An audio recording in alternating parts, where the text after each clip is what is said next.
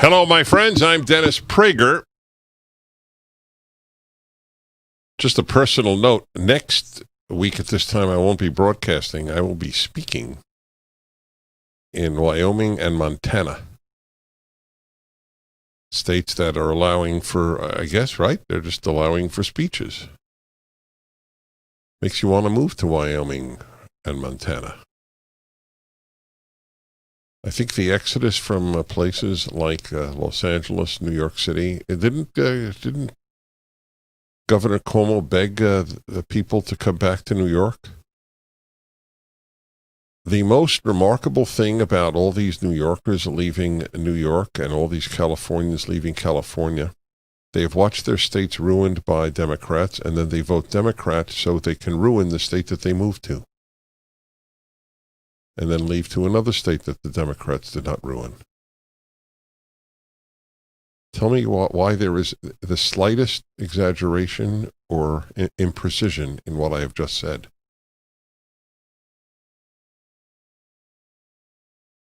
I will admit that it has become somewhat of a surprise to me, the amount that emotions govern people rather than reason. I've often asked, did I change my mind about any given subject in the course of my lifetime? And I offer some examples, but it's not a matter of change mind on a position here, but it is the realization that the battle for reason is somewhat of a lost battle. The secular humanists thought that with the end of religion, people would think rationally. It's why did they call it the age of reason? I don't even know if you know that, because you might have gone to college and not learned it. No, let me put it this way. If you went to college, you probably didn't learn it. The age of reason did not usher in reason. The French Enlightenment helped usher in the French Revolution, which was the age of non-reason, the age of passion. That's the reason that YouTube and Google and Twitter and Facebook shut down whatever they differ with. There is no room for rational argument. You understand? There's only room for one outlook on life. Heather McDonald has a lecture on the data with regard to alleged police racist or race-based brutality. And if you click on it, you're warned not to click on it on YouTube. It's not yet taken down. It's restricted. So if you have any filters on against pornography or violence, you can't hear her lecture. Why is it? Why is it pornographic? I don't think so. Is it violent? I don't think so. Are the views of the violence in Portland, are they restricted on YouTube? Can you see that? Well, the truth is they don't want you to see that because it's all from the left. I have a question. This is not a rhetorical question. It is a question. Some of you listening might have an answer. Well, you might have a theory. I don't know if there's an answer. Why have Americans, by and large, accepted the shutdown when it is ruining their lives?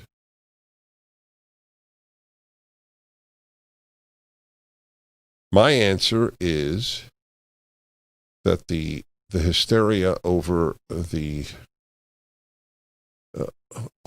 cases, for example, has just so frightened people, more so than in other countries. Schools have been open the entire time till the age of 16 in Sweden. As I read to you yesterday or the day before, in Holland, they don't wear a mask. Anyway, call me. Tell me why you think Americans have accepted the lockdown. Why, for example, have the Restaurant Association simply said every restaurant in California should open? They can't close us all down. But maybe they are afraid it doesn't matter. They may close 10% down, and you can't operate your restaurant. You'll go to jail. See, if you beat somebody up, you're out of jail. But if you open your restaurant, you may go to jail. That's right. Garcetti will turn off the nothing with power. Which is definition of virtually every Democrat in power. Has decided that he will turn off your power and the water to your house if you have a gathering. This is the most, what's the word? The most controlling behavior by government since the Civil War. And even then, it was only with regard to habeas corpus where Lincoln suspended that. And it's accepted. 1-8-Prager 776-877-243-7776. On the internet, when the New England Journal of Medicine article is cited, where the doctors said wearing a mask outside healthcare facilities offers little, if any, protection from infection. New England Journal of Medicine. So there are people say, you're not telling the truth, the whole truth, because they wrote a letter to the New England Journal of Medicine afterwards. Did you see that? I saw it. I was totally aware of it. And it does nothing to undo what they said. They got spooked. The left got to them. You can't let people think that masks are useless. You scientists and the New England Journal of Medicine. So they write, we understand that some people are citing our perspective article published on April 1st at newenglandjournalofmedicine.org as support for discrediting widespread masking. In truth, the intent of our article was to push for more masking, not less. It's not true at all. It's completely not true. They just don't want to be attacked by the left. So you lie. It is apparent that many people with SARS-CoV-2 infection are asymptomatic or pre-symptomatic, yet highly contagious, and that these people account for a substantial fraction of all transmissions. Universal masking helps to prevent such people from spreading virus-laden secretions, whether they recognize that they are infected or not. We did state in the article that, quote, wearing a mask outside healthcare facilities offers little, if any, protection from infection. So I will continue reading. So if you were to take these doctors at their word, they have undone the point of the article. They should just say, we were wrong. But they weren't wrong. Okay. We did state that wearing a mask outside healthcare facilities offers little, if any, protection from infection. But as the rest of the paragraph makes clear, now listen carefully, we intended this statement to apply to passing encounters in public spaces. That's why I don't wear them outside, because they're useless. That's exactly what the doctors have reinforced with their clarification letter. We intended this statement to apply to passing encounters in public spaces. And you ready? Even in closed spaces, passing encounters don't count. Because they write, not sustained interactions with enclosed environments. That's right, sustained. And they said what sustained was 10 to 30 minutes. If you are very close to somebody for 10 to 30 minutes, face to face, then a mask might help. Indoors. Just wanted you to know that. And yet people cite the letter as if it somehow negates their entire point. We live in the world of the lie.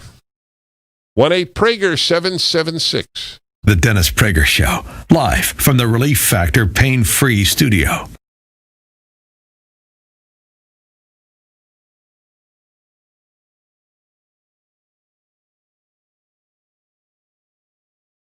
But we're now looking at having to do something. You know, we have to be asked to go into a city like Chicago, which is so ridiculous, where they had like 68 shootings and 18 deaths over the weekend. It's not even comprehensible. Worse than Afghanistan, worse than any war zone. And so we're supposed to be asked. She is supposed to call the mayor, Lightfoot. Lori. She's supposed to call, and she's supposed to say, we need your help. We call her. Would you like to have us go in? And they don't want us. And I say, what's going on? We are going to have to do something very comprehensive because we don't want to sit back and watch this. So what is that going to be? Easy. What does that mean? Well, it means sending people in. Just sending people in to clean it up. So it'd be nationalizing the National Guard? By the way, the Chicago police are great. They're great. But they're not being allowed to do their job. The greatest example is New York. What's happening in New York? Crime is up 358%. Shooting. Nobody's ever seen numbers like this. They're not allowed to do their job. And if they do their job, if they do it well and it gets a little bit rough, they're afraid that they're going to go to jail for the rest of their life. So we are very tough on it. We are dealing behind the scenes. We're saying you better get going. There's a point at which we're allowed to go in, and that point is rapidly being reached. But we were going into Seattle. We did go into, if you look at the Minneapolis event, you remember that event when they lined up? And they just walked right through those streets like there was nothing, the National Guard. But there's a point at which we will have to do it because we just have to do it for the good of the country. And a lot of people say, don't do it. That's a local problem. That's good for you politically. I don't care if it's good for us or bad for us. We can't let this continue on. And I say to the police, you are loved. You are respected. This is a small group of crazy people. Just stay where you are. It's going to be turned around. It's going to be a turn. You're going to have. People better be very careful because you are going to have a backlash that's going to be incredible. People better be very careful what they wish for because the American people are not going to take it very much longer.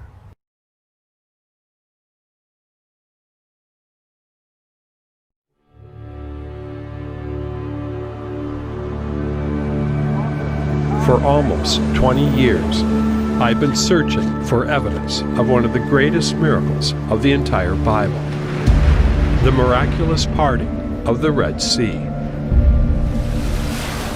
Tim, the first question most people ask is, where's Mount Sinai? My first question as a geographer is, where was the sea that was parted and crossed? So what do you think the crossing site, where would that be? Well, for once, I'm going to follow the conventional argument here. When I look at the Exodus story through the eyes of a scientist, then it contains a lot of observations which just make sense to modern science. I think it is possible to demonstrate that it took place in close proximity to Egypt. I know that some people would say, well, there were probably 5,000, maybe 20,000 Israelites. This matter of large numbers is a very, very thorny issue. There has to be enough Israelites in order to make Pharaoh and the rest of Egypt scared. Whether the 10 plagues happened is a miracle. Whether the Red Sea parted is a miracle.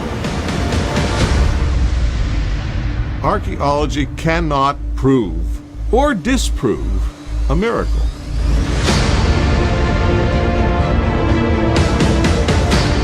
Make the sea small, put it close to Egypt, all of a sudden it calls into question the biblical text itself.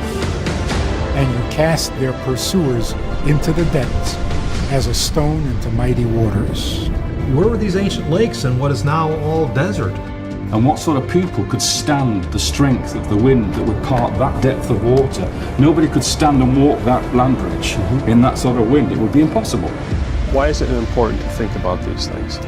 At the end of the day, we're really talking about a miraculous event of unprecedented.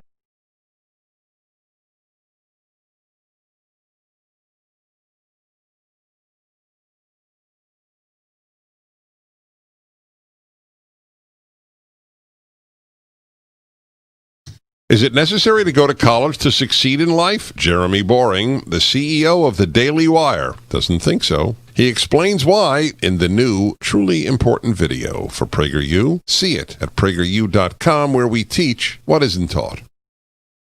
You know, I keep seeing polls that blacks overwhelmingly want more police, not fewer police. Yeah, correct? You've seen that? Right. Then why do black congressional districts elect defund the police congresspeople, like in St. Louis, where they already had a left-winger and they got somebody who was essentially a communist to undo 50 years of this family's, so to speak, ownership of that seat? Can you explain that? You want more police? Vote for me who wants fewer police.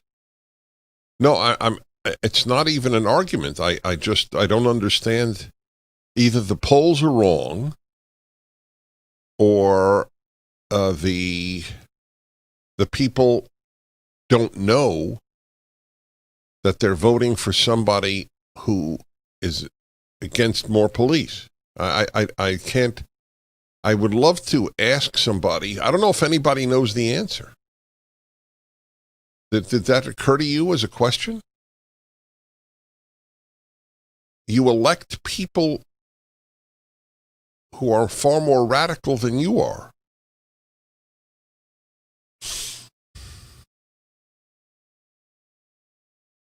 Yes, indeed. So I asked the question. Incidentally, so now Sweden is not mandating masks, Holland is not, and Denmark is not. I guess the science in those countries is different than science in our country. In our country, science says that if you demonstrate against racism, that is a health benefit. But if you go to a restaurant where you can allow people to have work and keep distance, that's illegal. And then we're told that the left follows the science. It's quite infuriating. Indeed it is. Ben in Atlanta, Georgia, hello. How you doing today? Okay, thank you. Yeah, I think the reason people are scared is either they're afraid of getting sued, they're afraid of getting robbed or attacked. So I call them the 3 L's. You got the lawyers, the looters, and the losers. Yeah, well, you may be right. So, yeah, that's right. I guess, by the way, the fear of suit is a very real one now. That if you get COVID, you might sue your employer. The Democrats are for that, because the Democrats loathe business, specifically small businesses, because they tend to be individualists. Do you know one of the things that white culture is attacked for is individualism, individuality? You know that. This is a white value that is awful and must be overturned. I'm reading a book by an Indian, not American Indian, an Indian, about the impact of the Bible on the world, and he comes from a Hindu background. And he writes the long battle toward the importance of the individual waged in Judeo-Christian culture based on the Bible, that everyone is created in God's image, so every individual is infinitely precious. One of the communist parallels of the left today is its preference for group over individual. Remember, you probably don't, so I drop the word remember. Some of you might remember that in the heyday of Maoism, everybody in China was supposed to dress the same. Do you know what it was called if you were an individual? Bourgeois individualism. It was a Western import that people should dress the way they want, as opposed to like everybody else. We are seeing communism in America. I've never spoken this way in my life. I've always never. But that's exactly what is happening now. The media are becoming indistinguishable from Pravda.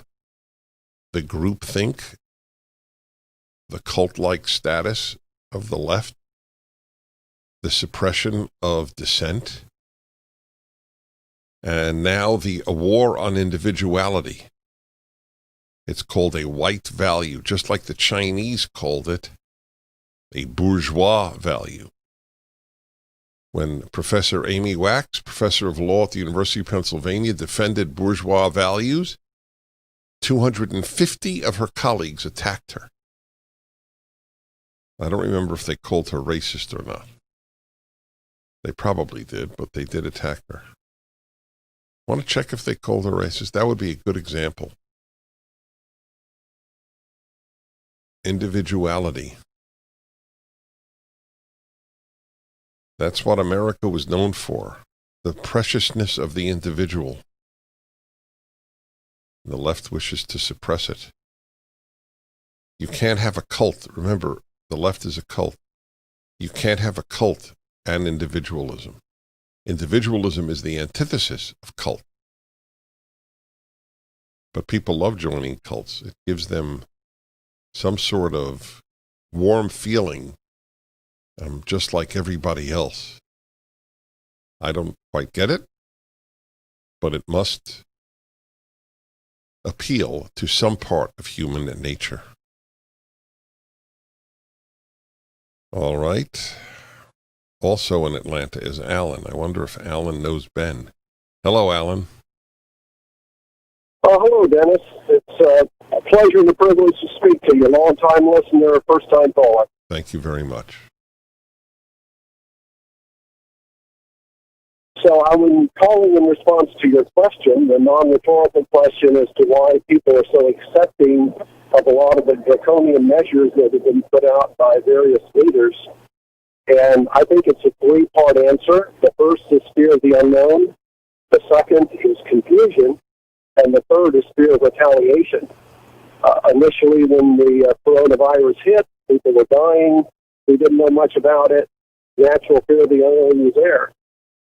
Then the experts started speaking, and not only did what one expert say often conflict with what another expert would say, but sometimes statements from the same expert at different times would be disparate. Yes, I think your 3 points are well taken, and I appreciate it, Alan. The Dennis Prager Show, live from the Relief Factor Pain-Free Studio.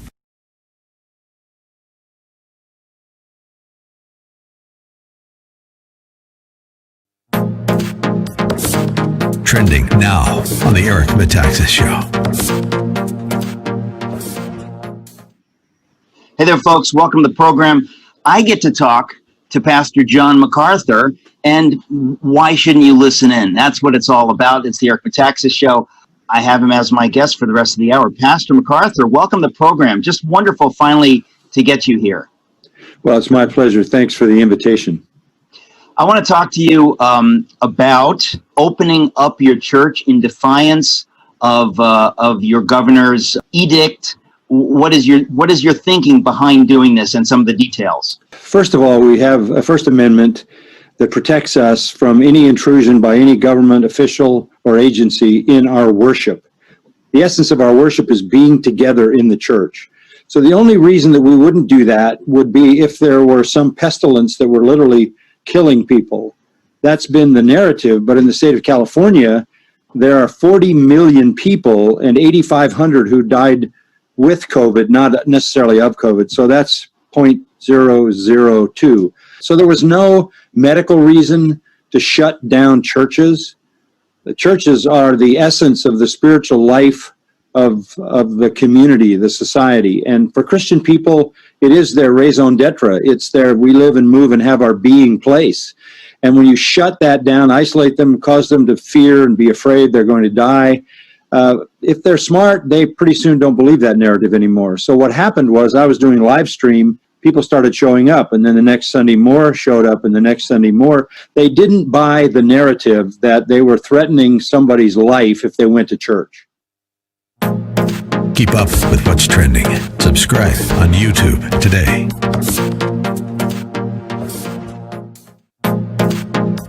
Trending now on The Hugh Hewitt Show. Jim Comey leaks his memos with the express purpose of getting a special counsel appointed to investigate something they already know is not true. And that's exactly what happened. We get 2 years, 19 lawyers, 40 agents, 500 witnesses, 2,800 subpoenas, and a $30 million cost to the taxpayer, and they come back with nothing. Absolutely nothing. And so all they got left is to attack the Attorney General, who had the courage to state the truth right from the get-go, the first time he testifies after he's confirmed. You guys attack him every day, every week, and now you filed articles of impeachment against him. It's ridiculous. He had the courage. Now, Bill Barr, Jim Jordan took the hide off of the Democrats, but Bill Barr said this, cut number 24. Why do you think these autonomous zones in Democrat-led cities are dangerous to America? Well, starting with they're dangerous because they are purporting to keep on the outside duly constituted authority of the government. They're also, to me, outrageous because the people who are living now under this autonomous zone haven't selected the government. They've selected the duly authorized government of the city and the state. So it's quite an outrage that people would use force to take over an area. What makes me concerned for the country is this is the first time in my memory that the leaders of one of our great two political parties, the Democratic Party, are not coming out and condemning mob violence and the attack on federal courts. That is absolutely true, because the Democrats have lost their mind. You vote for them at your peril. Keep up with what's trending. Subscribe on YouTube today.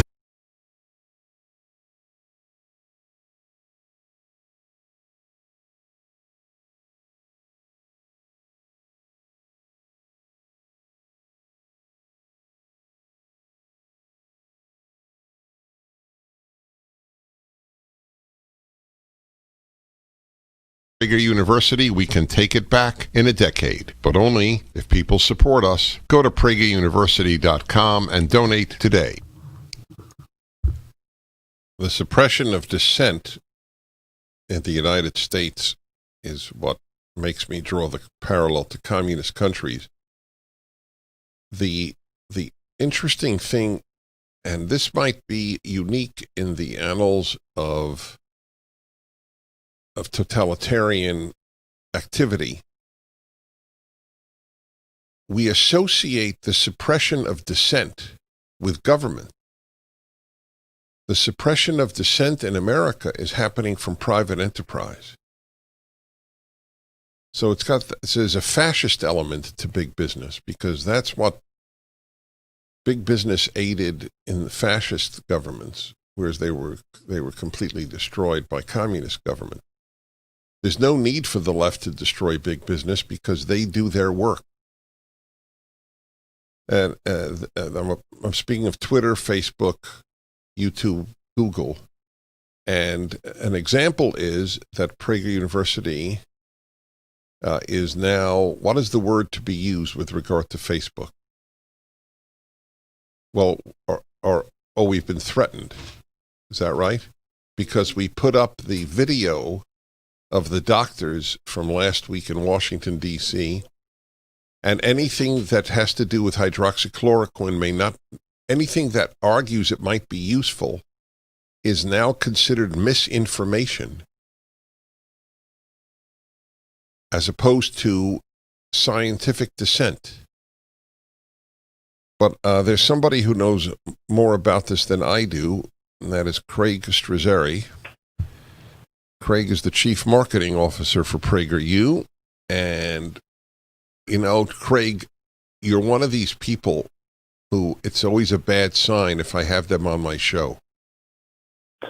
I was just thinking the same thing. I much prefer talking to you in more playful circumstances, not always about us being shut down. Yes. As soon as I see your name on my board, there's a certain dread. Because, my usual interplay with you is quite light. So it's unfortunate that this is the case. It's like when the doctor asks me, "How are you?" I say, "If I were fine, I wouldn't be here." Exactly. That's exactly true. Yeah. So if PragerU is fine, I don't talk to Craig Struzeri on the radio. All right. So tell everybody what happened with Facebook. Yeah, so last week we shared, as you mentioned, several clips from the White Coat Doctor Summit in Washington, D.C. on PragerU's social media channels. And the clips had different doctors sharing their experiences with how they treat COVID patients, including mentioning HCQ and how that's been effective. Immediately after those videos gained traction, Big Tech just stepped in to not only censor, but completely delete the videos from existence. So Facebook deleted the video, Twitter deleted the video, YouTube deleted the video. We posted on LinkedIn, they deleted the video. And then it just got worse from there. So Twitter completely locked us out of our account. We couldn't tweet anything. They just completely suspended us from entirely getting into our account for over a week. And then just yesterday, we got the even more severe news from Facebook. We got a warning that says our page is at risk of being unpublished, which means they're threatening to entirely delete our page for, allegedly repeated violations of the community guideline. We spoke with Facebook yesterday, so we called the Facebook team because this is very alarming. Dennis, we've been dealing with big tech censorship for several years now. This is the most severe and most alarming that we've seen in our experience. So we spoke to the team to get more clarity as to why these videos are being deleted, and their answers were remarkably troubling. So a couple of things that they told us: any point of view or any content that says HCQ is a cure, or not even a cure, a potential treatment for COVID, goes against their guidelines and will be removed. And so I asked them a hypothetical. I said, let's just say I had COVID and I took HCQ and I got better, and I made a video sharing my story saying, I had COVID, I took HCQ as a treatment, and I felt better. Would that be deleted? They immediately said, yes, that goes against our policy. That's misinformation and fake news, and that can't be spread. So, I mean, it's unbelievable. Doctors can't share their stories with treating patients. Patients themselves can't share their success stories. Big tech now is the arbiter of truth. They know more than doctors. They know more than people going through it. They're deciding what Americans can see and hear, and it's actually very frightening. And now PragerU's entire page is is threatened to be shut down, and this is how we reach people. So it's more important than ever that, and I really urge your listeners, if they really want to help out, to go to PragerU.com and sign up for our email list. We have a big petition against Facebook. We'd love them to sign that and join our email list. It's the only way we can reach people directly, and we have to lose dependence on these big tech platforms because it just gets worse and worse. Yes, exactly. If we need to be able to communicate with people around big tech, so please go to PragerU and sign up.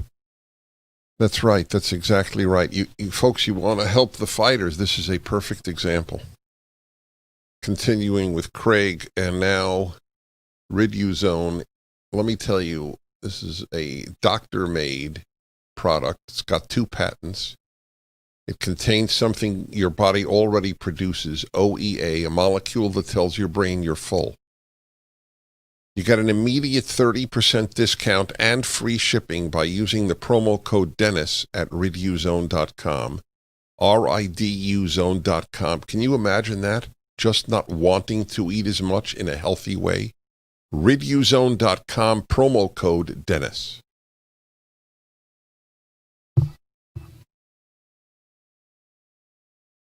Dear members of the entertainment community. Entertainment community. Entertainment community. We know that you're more famous than any of us. Well, most of us. I'm mad. Distressed. Alarmed. Infuriated. It's your job to be creative. Creative. creative. And yet, how many of these lame-ass videos have you made that look exactly like this? Like this. Like this. You entertain us. It's literally your whole job. Here's what we ask. No. Here's what we demand. That you reject anything that is anti-original, anti-interesting, anti-convincing. We demand that you try harder. Harder. Harder. If you do, we'll be with you. But if not, we'll continue to not care. About anything. Anything. Anything. You have to say. Signed, the majority. The majority. The majority. Of the American people. And we're done, because that's a reasonable amount of time. Trending now on The Larry Elder Show.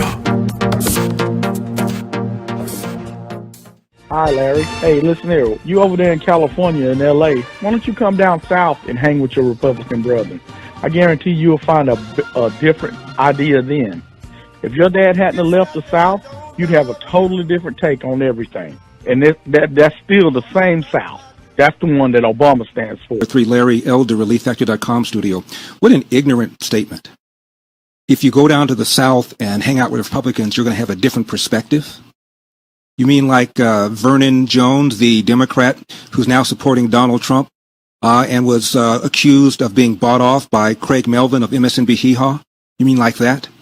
What does that even mean? It means that I'm a Republican because I want Southern Republicans to like me? How childish. I'm a Republican because I feel that party's policies better advance the interests of this country than do the Democrat policies. I'm not looking for a fishing buddy. I'm not looking for a party that is marching towards single payer. I'm not looking for a party that believes open borders or porous borders advance their interest. And they do. Green New Deal, a commission is set up to study reparation for crying out loud, free college, debt forgiveness. Bernie Sanders wants that national rent control. And Bernie Sanders says he's going to be leaning on Joe Biden to make Joe Biden the most progressive president in history. That is why, sir, I am a Republican. I'm not looking for fishing buddies. I have my own friends.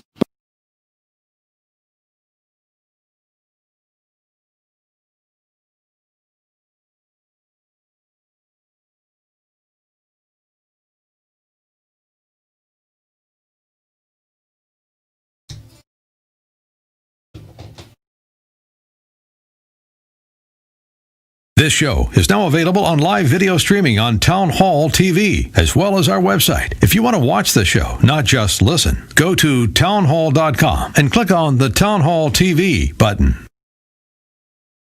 Okay, everybody. We at PragerU have been, I'll get the words exactly from Craig Strazzeri. He is the chief marketing officer at PragerU. What are the words so I'll know them? We have been, give me the verb from Facebook. So the verb is threatened because our page has a big warning on the top of it, and it says, page is at risk of being unpublished for multiple violations of violating the community standards. So I want people to understand the community standards are violated if you publish doctors, physicians, medical doctors, who argue that there might be some benefit to taking hydroxychloroquine and zinc in the early stages of a COVID positive test. That's it. That's all. That is now a violation of community standards, which means you cannot appear on Facebook. Did I get that right? You got that right, and it's not even debatable. We talked to the Facebook team yesterday on an hour-long phone call, trying to get as much clarity as possible, and we asked this question in every which way to make sure we were clear, because it sounds so absurd, so scary, so totalitarian that we thought maybe we weren't hearing it right. They said, as a matter of fact, of course you cannot post content that alleges that HCQ might be a treatment, even if it's a medical doctor who actually treated a real patient and did see success. They say that goes against the CDC's guidelines and what the CDC has to say, and Facebook goes right. with the So CDC. please, right. I just want to remind my listeners that the left's ridicule of the church, the medieval church, for its treatment of Galileo, Galileo had it better than people who dissent from the left have it today. By the way, ironically, he was under house arrest, but he lived pretty well under the house arrest, and we are under house arrest, and we are suppressed. So, and this is 2020. It's just getting worse and worse. I mean, a few weeks ago we had videos removed on polar bears and the climate, and now it's on doctors with HCQ, and tomorrow it could be, an opinion on Black Lives Matter or race relations in this country. It's, every year it's gotten progressively worse, and as we're getting closer and closer to the election, it can't be a coincidence that it's obviously really ramping up, and it's gone from restrictions of videos and lowering of page reach to outright deletion of videos without any warning, without any explanation until we pursue an explanation. And in Twitter's case, completely locking us out of our account for 7 days, can't even access our account. I mean, it's just reached the point of it's time to fight back. I mean, this is what they want to do. They want to bully conservatives and silence us. And unfortunately, most conservatives and most Americans just don't have the backbone to continue to speak. That the silencing works. They say it's not worth it. I might lose my job, or I might lose friends and family, so I'm not going to speak up anymore. And a lot of doctors are now saying, I'm going to lose my license. I'm going to lose my practice, so I'm not going to speak up on what I'm seeing anymore. And this is exactly what they want, which is why we need to fight back more than ever. So how do people fight back? Well, the best way to do it, Dennis, and I know this is our fundraising month, but PragerU has a proven track record of effectively reaching young people, effectively changing minds. If people can go to PragerU.com and make a donation this month, as you've mentioned, we will use the money wisely and we will reach people directly. We have to get people to join our email list. We have to get people to download our mobile app where the videos are hosted natively. This way we don't need to rely on big tech to reach people with the truth about America. So the best way people can fight is to sign our petition at PragerU.com, make a donation so we can continue to lose our dependence on big tech and reach people directly through our expanded distribution of our website, our mobile app, Apple TV app, Roku app. We have a lot of different ways we can reach people by hosting videos natively. We just need more funds to be able to do it effectively. Well, God bless you. You're a great blessing to PragerU. Thank you, Dennis. Thank you. Okay, PragerU.com. If you can't afford even $1, just sign up. There is a battle for this for freedom in this country. I mean, it's saying this my whole life, but it's now coming to a fruition. Remember, there is no example of the left gaining power in a country and freedom remaining. There is no example. Okay? Just know that. The American left is no different. Liberals have been different, but liberals are weaklings. They don't fight the left. They fight the right. Because I'll tell you why. Partially because they've been brainwashed to believe the right is their enemy, and partially because they know there's no price paid if you fight the right. You're not going to lose your job if you fight the right. You're not going to be unlisted from Twitter or Facebook or Google or YouTube if you fight the right. You only get rewarded. So look, what have I always said to you? I have contempt for humanity. I love humans. It's just been reinforced by what I am seeing. Vincent in Long Beach, California. Dennis Prager, hi. Hello. I had a situation here with this, with the mayor and in California where they have awards for turning in people, your neighbors, family members, businesses. You get rewarded for it by the mayor, and including now, it stretched it to in your home. If you see your neighbor having people over at your home, they want you to turn them in, and they'll be fine. Their power will be shut off. Their water will be shut off. And you get rewarded for turning them in. And where is that? Wait, tell me. Wait, forgive me. Where is that? In Long Beach? The mayor of Long Beach? Whom are you referring to? No, the mayor of Garcetti of Los Angeles. Is that true? There are now rewards for turning people in? I'm going to check into that. It's an important charge, but snitches get riches. Did you just make that up? Sounds like you did. The Dennis Prager Show, live from the Relief Factor Pain-Free Studio.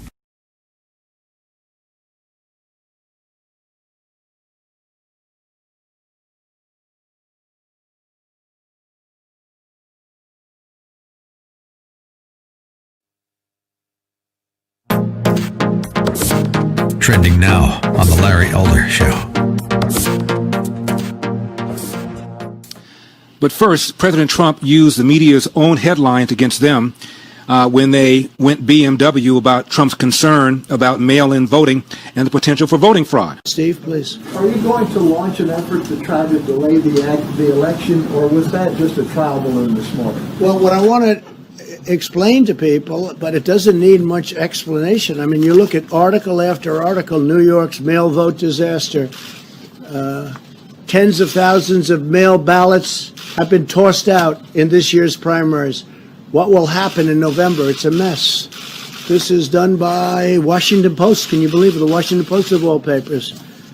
Fake news, but in this case it's not fake, it's true. This is done by the Wall Street Journal. Here's another one. Vote by mail experiment reveals potential problems within postal voting system ahead in the November election. And you see what's happening with so many different places. They're doing even trial runs. They're a disaster. And you don't think there's going to be a problem? You don't think this is an issue? 2.5 years, as President Trump said, about this BS collusion investigation. But actual situations like this, remember that time that guy walked in and said, "I'm Eric Holder," and requested his ballot? He just said, "I'm Eric Holder," and was handed Eric Holder's ballot. He didn't fill it out. That would have been a crime. No voter ID, no nothing. He didn't even have a mustache, and he was white. You don't think this is going to be a problem? Keep up with what's trending. Subscribe on YouTube today.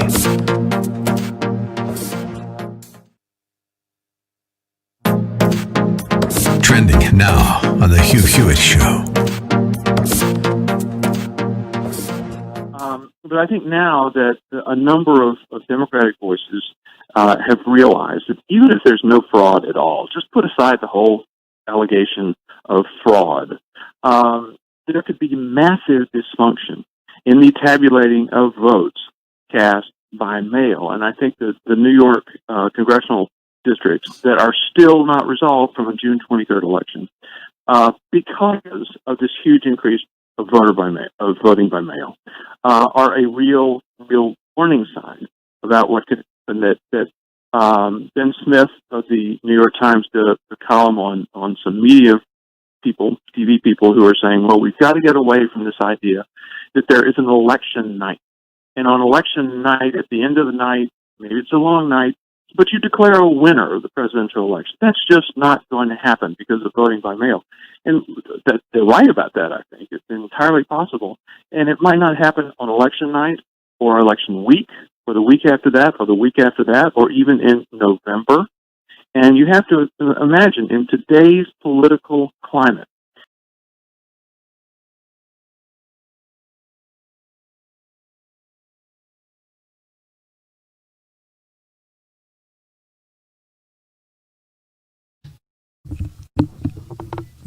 don't hang up. I'd like to at least take up some of the subjects you're calling in on.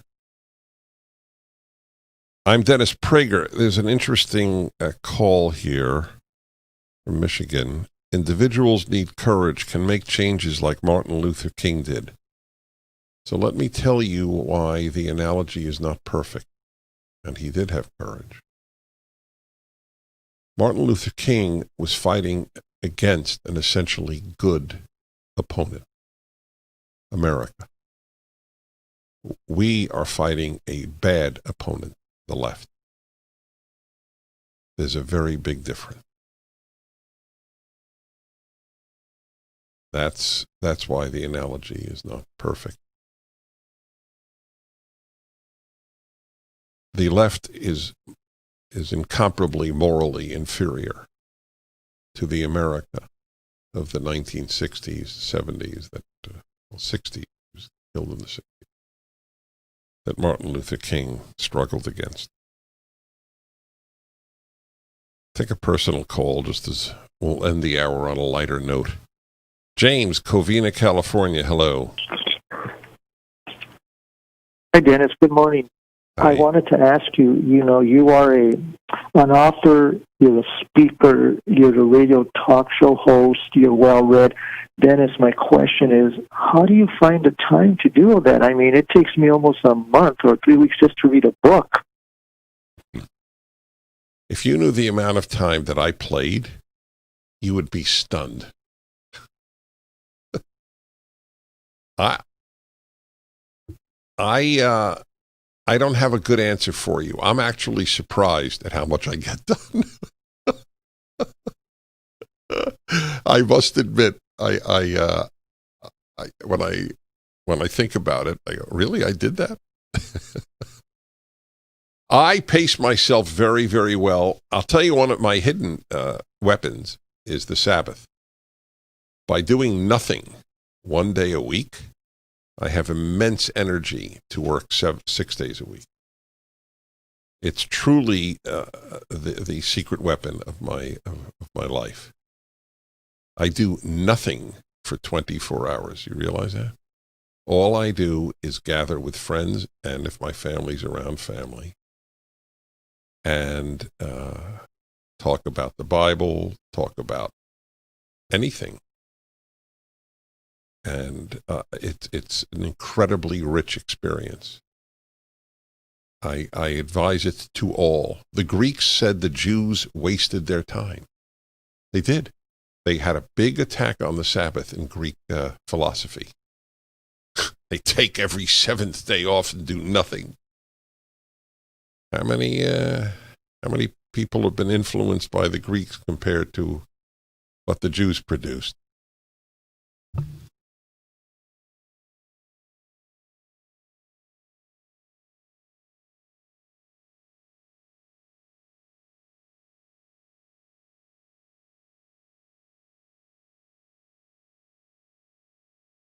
Dear members of the entertainment community. Entertainment community. Entertainment community. We know that you're more famous than any of us. Well, most of us. I'm mad. Distressed. Alarmed. Infuriated. It's your job to be creative.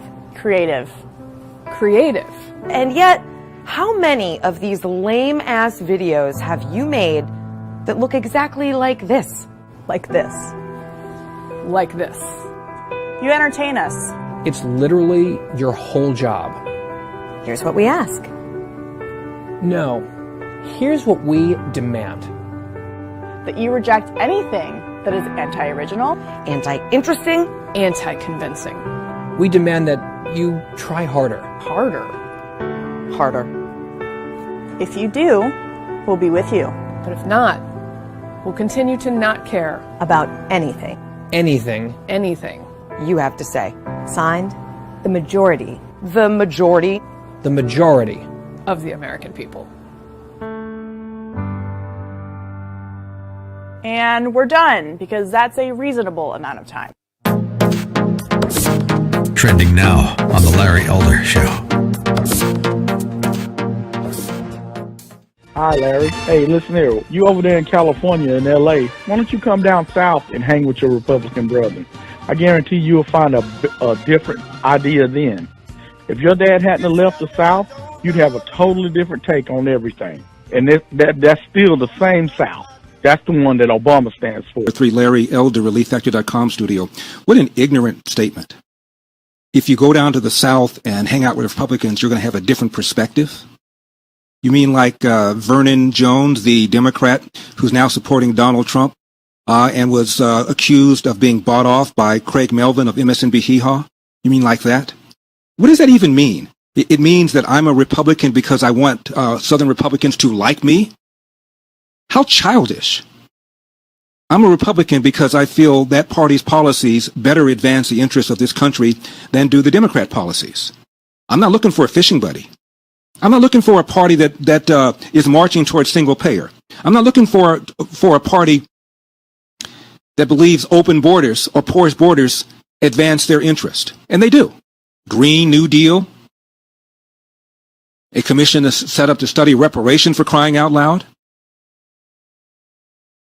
free college, debt forgiveness. Bernie Sanders wants that national rent control. And Bernie Sanders says he's going to be leaning on Joe Biden to make Joe Biden the most progressive president in history. That is why, sir, I am a Republican. I'm not looking for fishing buddies. I have my own friends. By the way, if I hung out with you and your friends, how would I be treated? Keep up with what's trending. Subscribe on YouTube today.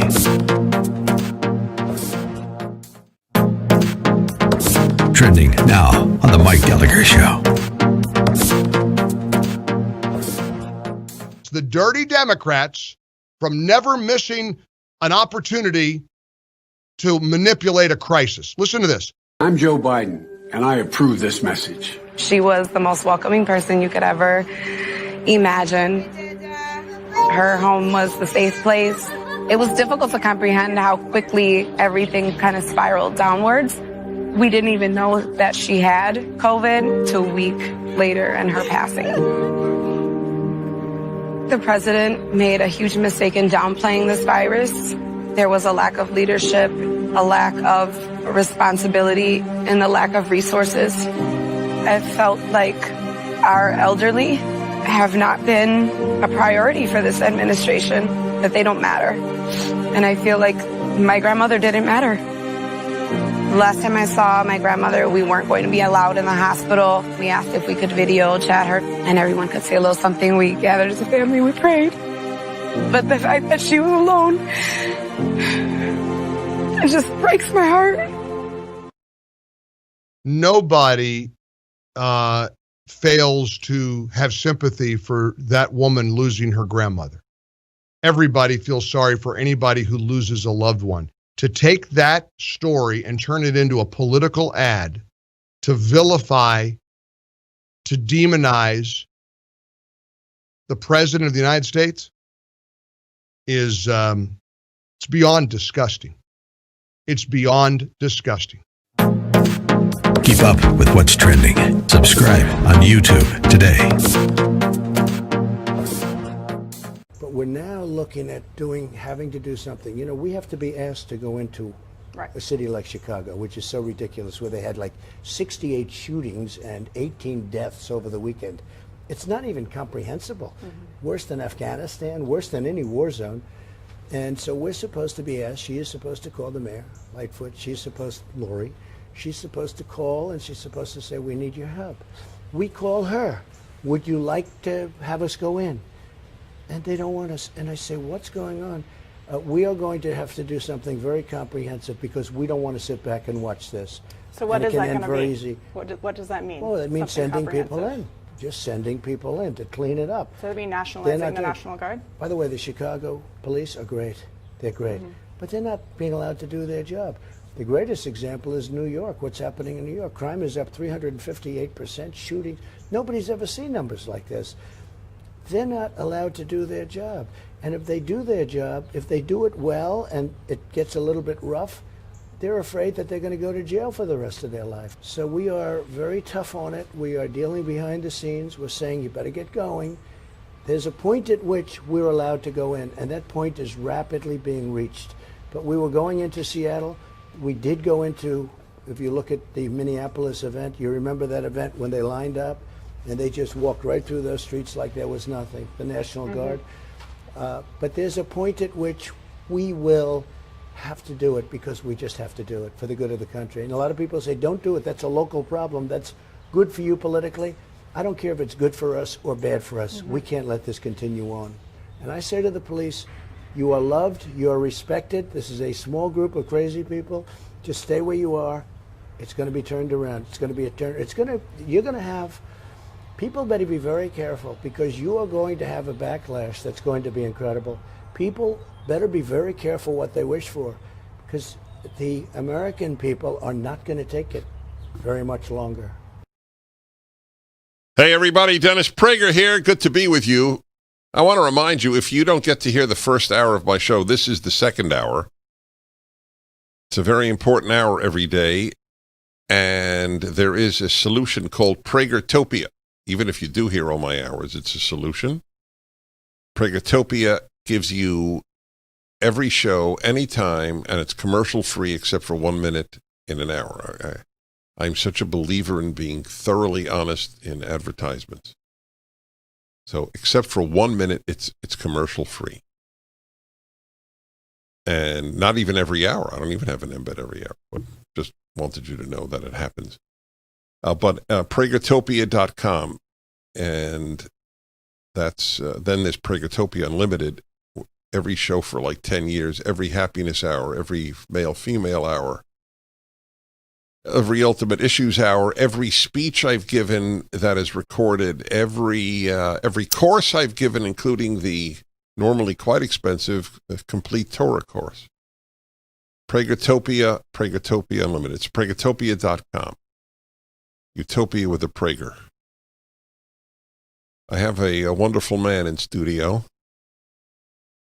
Jeremy Boring, who's with the Daily Wire. What's your title at the Daily Wire?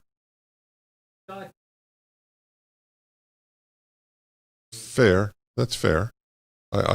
So do I call you God, King, or just Jeremy? Absolutely not. Okay, I hear you.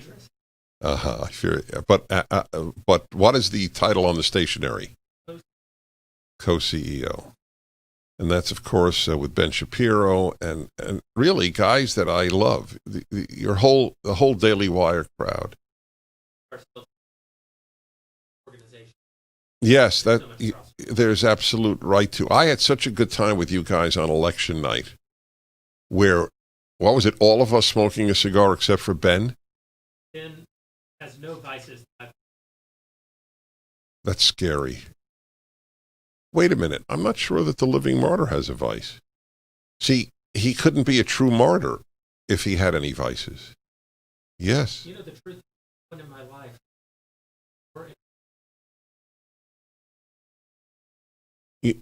Directly or through the radio? Really? Like almost every week. When I see him, we'll get together and work on scripts for PragerU. And Alan always knows the next thing. He's at the very cutting edge of what one should and should not do. I feel that I would be in jail were it not for Alan Estrin. I would have led a dissolute life, but for Alan Estrin. He's the portrait in the attic that ages and ages and ages, as you do very well. It's great to have you, Jeremy Boring. Jeremy Boring of the Daily Wire presents this week's video at PragerU, and it is really an important one. It is about maybe you don't have to go to college. What is the exact title? Does college equal success? Does college equal success?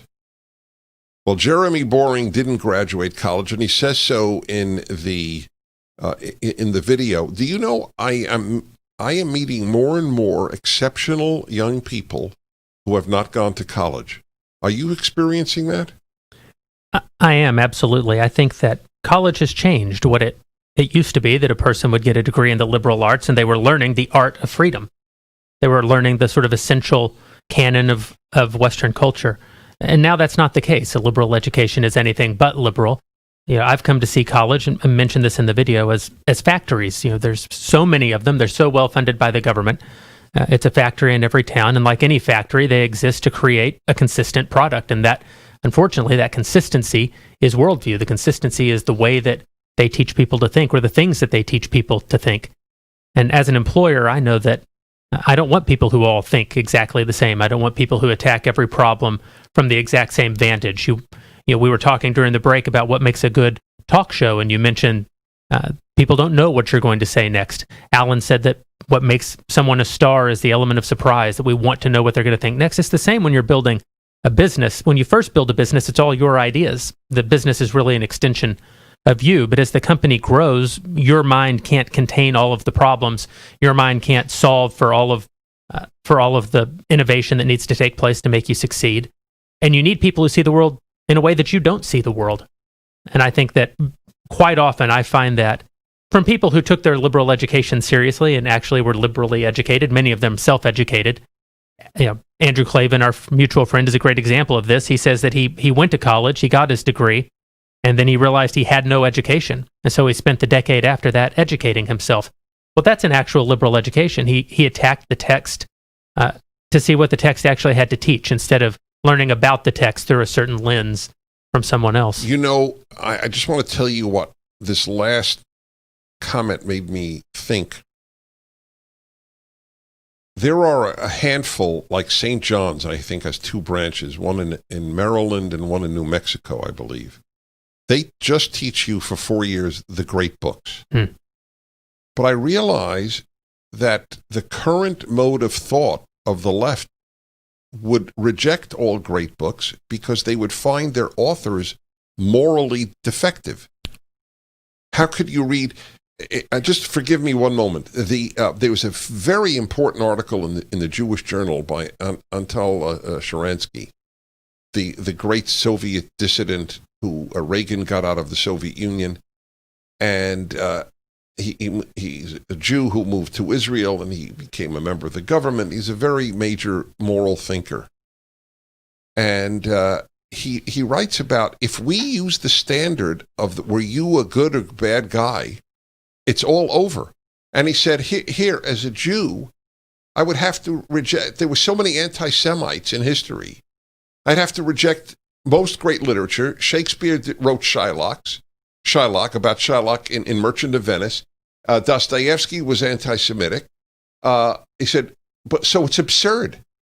Yeah. Because Dostoevsky was anti-Semitic, I have nothing to learn from Brothers Karamazov. Because Shakespeare wrote about Shylock, I have nothing to learn from Othello or Romeo and Juliet. So this guy owned slaves. This guy did this. So it's over. There are no great books. Well, if you can't learn from flawed people, there's no one left to learn from. That is a great line.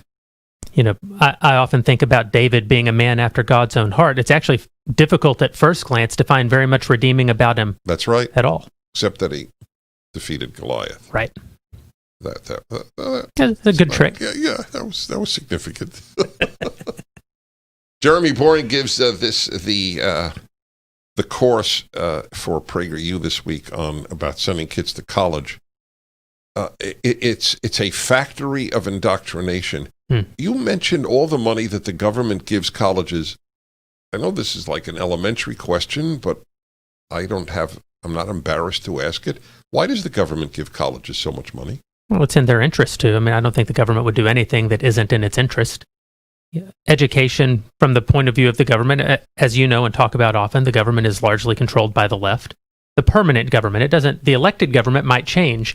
You might have a Republican like President Trump come in, but the standing army, the bureaucrats, all lean in one direction. And it's in their interest to raise up a new generation that thinks exactly the way that they think. And what troubles me the most is that the right is so slow to catch on to this.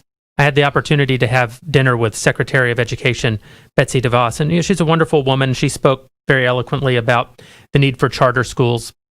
But during the Q&A after this small gathering at someone's home that I was at, so many people, all fairly like-minded people, probably several of them who were there. Several of the questions turned to the idea of not needing to send everyone to college. And everyone had the same line about it. It was, not everyone is right for a college education. Some people need to go to trade schools. Some people, the best they could ever do is be a welder. And why should we make them think that they have to go to college and be saddled with all of this debt? We need to teach kids that it's okay to be a car mechanic, that it's okay to take out the way I heard it was, with respect to them, I know they're all good-hearted people, but I like it here is, not everyone's as great as I am. Someone needs to take out my trash. Someone needs to help me raise my kids. Someone needs to know how to weld things when I break them. And I raised my hand and said to the secretary, I said, I think that we're actually approaching this question the wrong way. Yes, it's certainly true that some people will be great welders, and that's the path that they'll take in life, and we should give them those opportunities as a society. But many of the millionaires and billionaires that I know also didn't get a college education. You know, we are mutually associated with a billionaire family out of Texas who, you know, I don't know his exact history, but I'm not even sure he has a high school education. Certainly not a college degree. You know, and then Mark Zuckerberg, as I mentioned in the video, one of the richest people in the world, created one of the most important communication platforms in the history of man. No college degree. You know, Michael Dell, no college degree. Larry Ellison, no college degree. Many of the people who've created sort of modernity as we understand it did not have a college degree, and yet it seems condescending to say not everyone's right for a college degree. Oh, you're so right. I didn't want to interrupt, but I was cheering you on. Jeremy Boring gives the latest course at Prager. You will be back in a moment. The Dennis Prager Show, live from the Relief Factor Pain-Free Studio.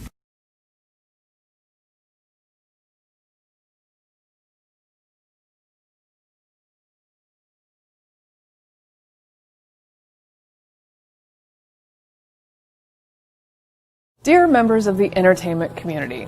Entertainment community. Entertainment community. We know that you're more famous than any of us. Well, most of us. I'm mad. Distressed. Alarmed. Infuriated. It's your job to be creative. Creative. Creative. And yet, how many of these lame-ass videos have you made that look exactly like this? Like this. Like this. You entertain us.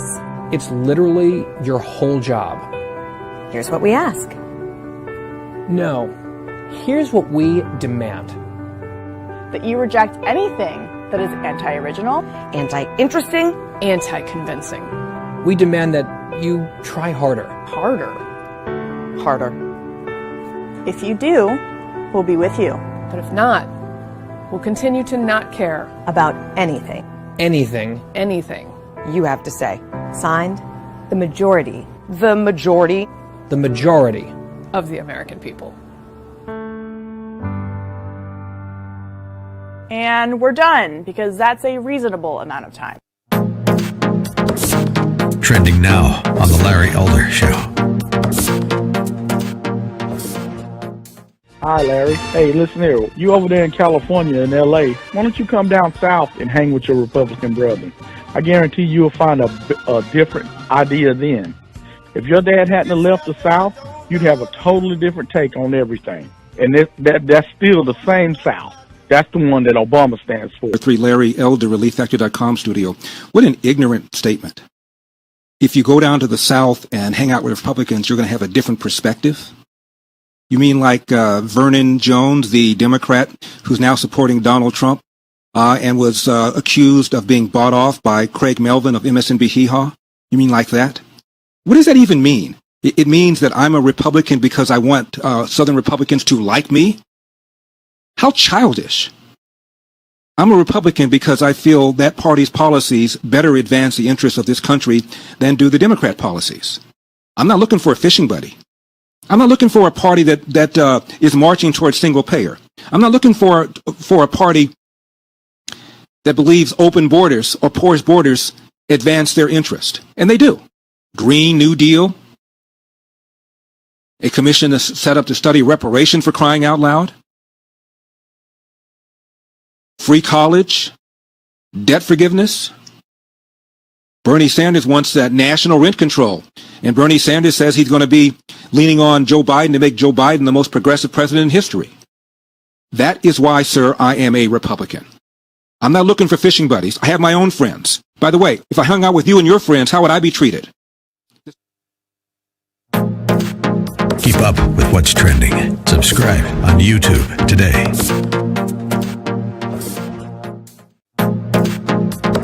Trending now on The Mike Gallagher Show.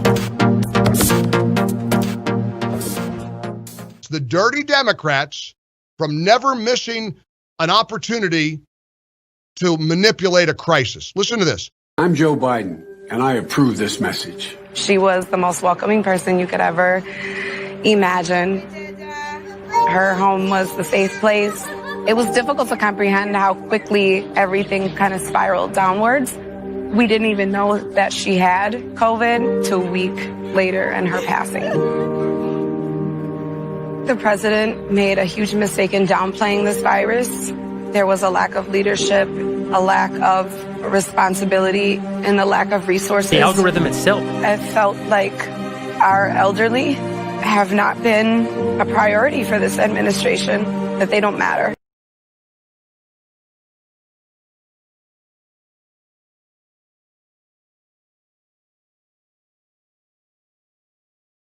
For PragerU, see it at prageru.com, where we teach what isn't taught. I just learned, though, that he's co-CEO. Co-CEO.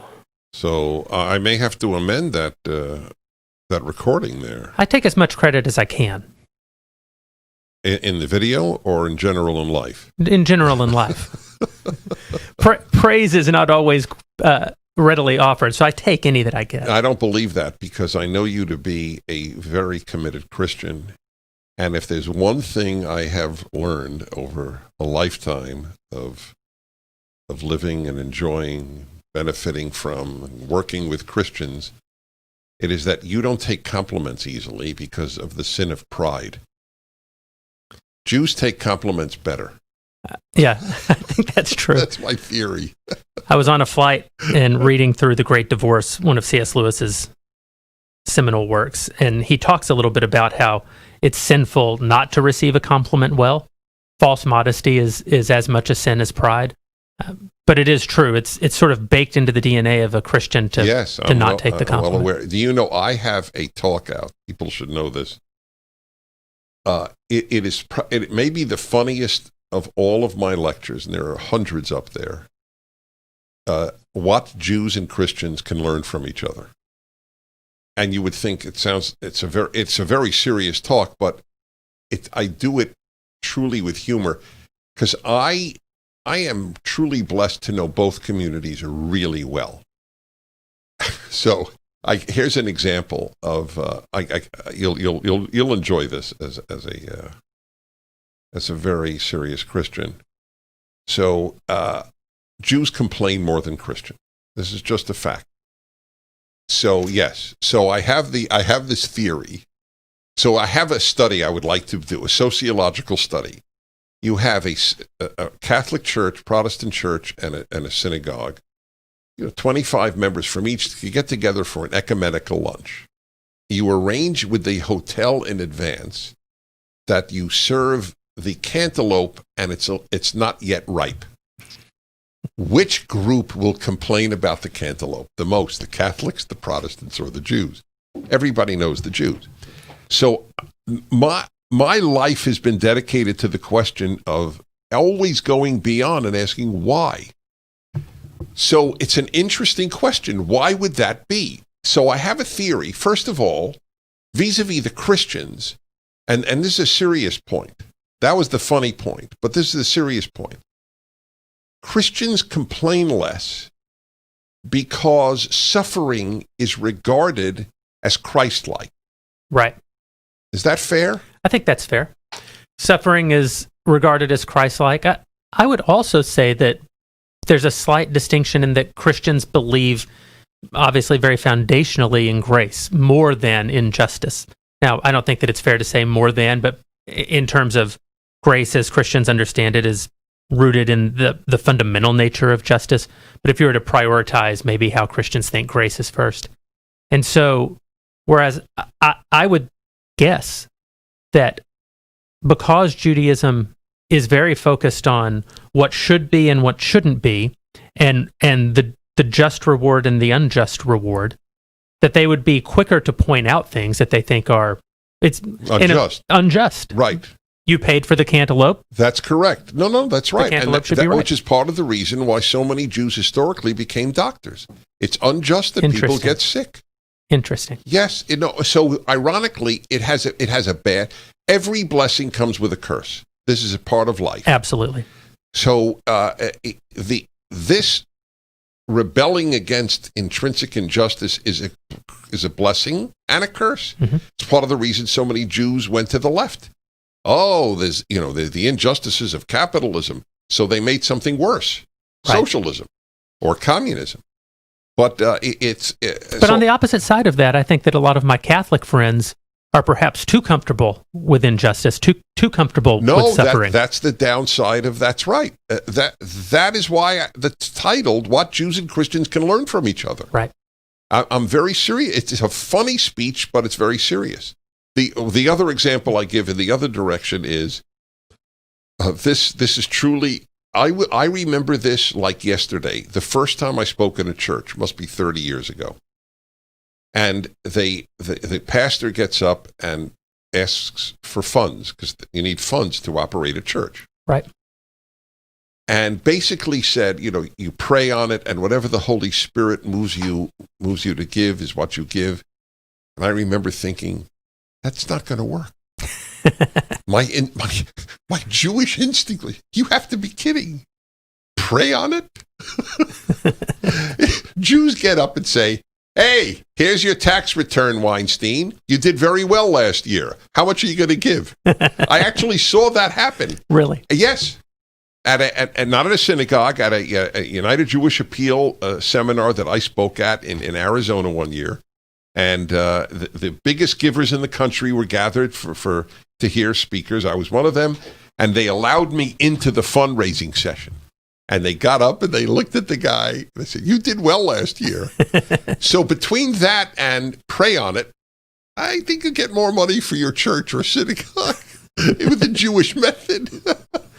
Strangely, both religions have fared fairly well over the last couple of millennia. Yes, yes. Somehow they both work. Somehow they both work. Well, that's why I'm a big believer in, as well as saying Judeo-Christian values.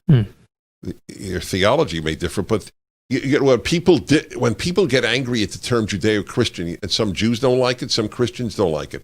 But of course there are Judeo-Christian values. Of course there are. And if you say, well, but they don't have the same beliefs. Yeah, but Protestants and Catholics don't have the same beliefs. So you might as well not say Christian values. That's right. I think that because the fundamentals of Judeo-Christian, the Judeo-Christian value set is introspection and reflection, and an attempt to be better than what you are, to recognize what you are, and to find a path to transcending what you are. Both of them, in a funny way, are going to come to very similar, even if the path is different, they're going to come to very similar conclusions at the end, which is why I actually think that synagogues successfully raise money and churches successfully raise money. The appeal may be very different, but really neither of those appeal are going to work very well to someone who isn't concerned with what their responsibilities are to the organization. Accurate. All right, 1-8 776, Jeremy Boring, whom I have known for years and adore. And these are conversations we have in private, not just on the radio. And he is, we're talking as well about the non-necessity of going to college. You know what worries me about the college thing, Jeremy, is I always used to say, well, look, obviously if you have to study STEM, science, technology, engineering, math, got to go to college. The problem is they're being infected by the left too. Of course. I think it kind of, in a way, goes back to the Judeo-Christian value conversation. One of the challenges with STEM is that it's presented as a godless way of thinking. And so it's very susceptible to hubris. Pride isn't a consideration to people with a STEM background if they don't also have a religious background, which, of course, colleges don't present them with. All right, we're going to continue with that. 1-8 Prager 776, Jeremy Boring, PragerU video this week. The Dennis Prager Show, live from the Relief Factor Pain-Free Studio.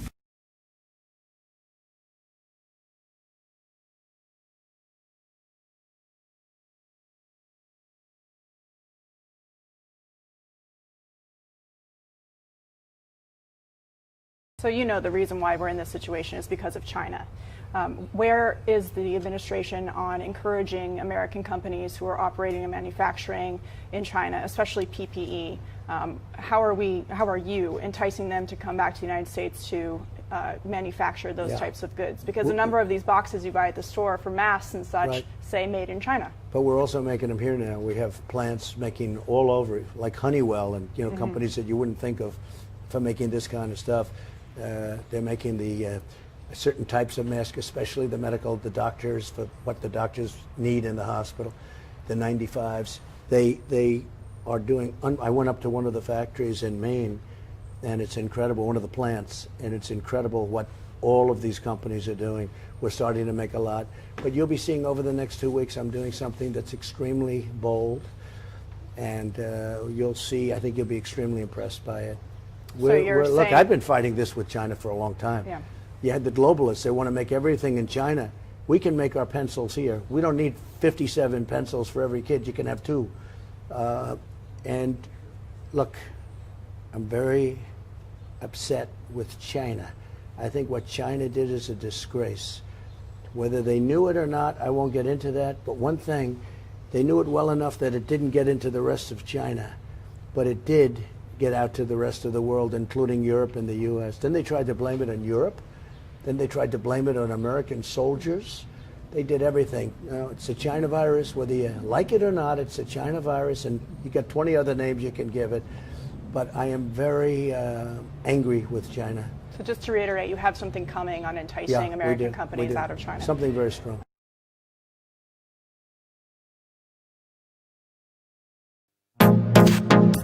Trending now on the Hugh Hewitt Show. Because I think Trump's going to win, and I think the Republicans are going to go hold the Senate. But because of what is going on in the Democratic Party, and I watch it every day, right now they are holding hostage unemployment relief for people. Nancy Pelosi and Chuck Schumer will not grant unemployment relief because they want radical policies, and they believe that the Republicans have to give them. They don't, and they won't. But Mitch McConnell's holding the line, saying, we will extend some unemployment benefits and we will provide assistance where needed to particularly hard-hit industries, but we are not going to bail out blue state pension funds, and we are not returning the state income tax deduction or the home mortgage interest deduction. That deal was done 3 years ago. It was working until the Chinese Communist Party unleashed the virus. So within the Democratic Party, there's this radical turn. Radical. It's not your parents' Democrats. It's not your Democrat. It's AOC and the squad's Democrat. And their agenda is to hack, pack, pack, and tax. Can you remember that? Hack, pack, pack, and tax. They're going to hack the Senate filibuster into shreds. And once it's gone, they will pack the United States Senate by adding D.C. and Puerto Rico as states 51, 52, 4 senators. They will pack the Supreme Court, like FDR tried to do in 1937, and then they will simply tax everything that moves, including your retirement.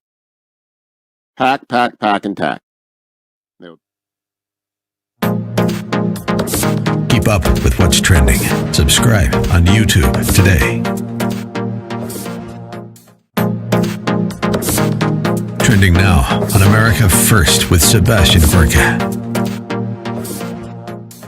Since the Civil War, it doesn't matter what happens in America.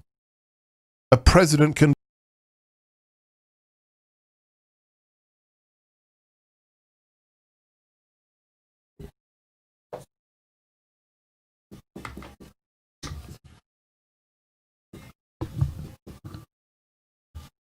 Yes, everybody, Dennis Prager here.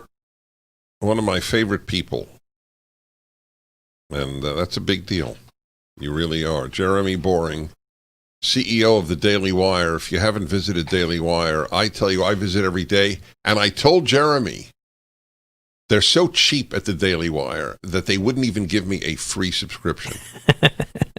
Actually, they would, of course. Of course. But I insist on paying. I don't like, I donate to a lot of, I donate to one of the photography sites that I visit. It's a hobby of mine. And I think, I use this guy for reviews of equipment. Why wouldn't I send him something? Well, one of the lessons I learned from you many years ago is to question the morality of going to a physical store and examining a product and then buying it online. I'm very touched. That's a big, did I do a video on that, Alan? Yeah, sure. The storekeeper law. Right. Yes, and I've done it on the air a long time ago. Thank you. That I have the chills, actually, that you were moved by that. And that's an example of where religion makes you a better person. I didn't get that. I got that from a Jewish law. It's a Jewish law. You can't ask the storekeeper the price of an item if you know you won't buy it there. Right. It's as simple as that. 2,000-year-old law. You can't raise the storekeeper's hopes. And I'm very strict on that with regard to myself. I'll tell you an interesting moral dilemma. So I buy compact discs because I have a phenomenal audio system, and it sounds best with CDs, not with streaming. Streaming sounds great, but this sounds greater. Anyway, I buy them. So can I buy a used one? Because the artist doesn't actually participate. Doesn't get a nickel. Right. Yeah. So what? Yes, I know. Agreed. When I say this to you, I know it resonates. Why do I know that? Because you're a serious Christian. Not all religious people are serious. There's no question. But serious religious people reflect on character and moral issues as a general rule more than others. I think that's fair. Which is certainly not to say that there aren't people who are not religious concerned with. Yes, terrific. Yes, right. Absolutely. But it's sort of our central premise is to contemplate these things, right? That's central right. premise is to figure out what am I in relation to God, and what can be done to bridge that gap. The ultimate culmination, to my mind, of raising a generation godless and religionless and Bibleless is on the streets of Seattle. That doesn't mean the inevitable, but it is the ultimate. Well, it is somewhat inevitable. I take that back. It is inevitable, not for everyone, but the nihilism. Is it nihilism? I have a slightly different theory. Yeah. And my theory is that, because I actually see this sometimes happen with religious people, with Christians in particular. Someone wrote into me at the Daily Wire last week and said, my husband and I are missionaries in Southeast Asia. He has lost his heart for our calling and would like to move back to the States, get a regular job, and raise our kids. But I still feel called by God to the mission field. Would it be wrong for me to divorce my husband and stay here doing God's work? Wow. And of course I said, yes, it would be wrong. But it's, I think, a fairly common problem, and I think you see it with these rioters in the streets of Seattle as well. They've taken an abstract moral and placed it as supreme above personal morality. And so the people rioting in Seattle have elevated the abstract idea of racial equality or the abstract idea of racial justice. And because they're in service of that great moral cause, they're not bound by any personal moral restrictions. It's perfectly okay to assault a fellow human whom you can see and touch and know. It's okay to burn property in your own community. It's okay to tear down your own forms of government. Well, I have said that for years. You call it abstract. My term has been macro. Yes, we have raised children with macro morality. How you feel about racism is infinitely more important than, that is not just infinitely more important than your character and integrity and decency and truth-telling. It is the defining element of your goodness. Right. I don't want to be hard on my mom, but I actually had an argument with my mom once when she first got on Facebook, and we all kind of get pulled into the new reality of Facebook. She did as well. And she suddenly found herself realizing that some of her neighbors, physical neighbors, didn't share her politics. And she would get into arguments with them. And I said, Mom, it's actually wrong to put, to use your term, this macro idea of politics above the very real people with whom you've shared community. If I had been hurt on the sidewalk in front of my house as a child, these people would have come and given me aid. They would have cared for me. Exactly. We're going to come back in a moment. I want to remind everybody about Relief Factor, because this is micro. This is not macro. This helps. It doesn't help everyone. Sometimes I get a lot of thank yous. And certainly when I was member of the world, when you could actually give a lecture and people would meet you and shake your hand and pose for a selfie. Anyway, people would tell me how much it helped. And every so often I get a letter, it didn't help me, which is totally expected. I just want you to know that. But that's why they have the 3-week trial. If it doesn't work in 3 weeks, it probably won't work. It's $19.95 plus shipping. 800-500-8384, relieffactor.com. The Dennis Prager Show, live from the Relief Factor pain-free studio.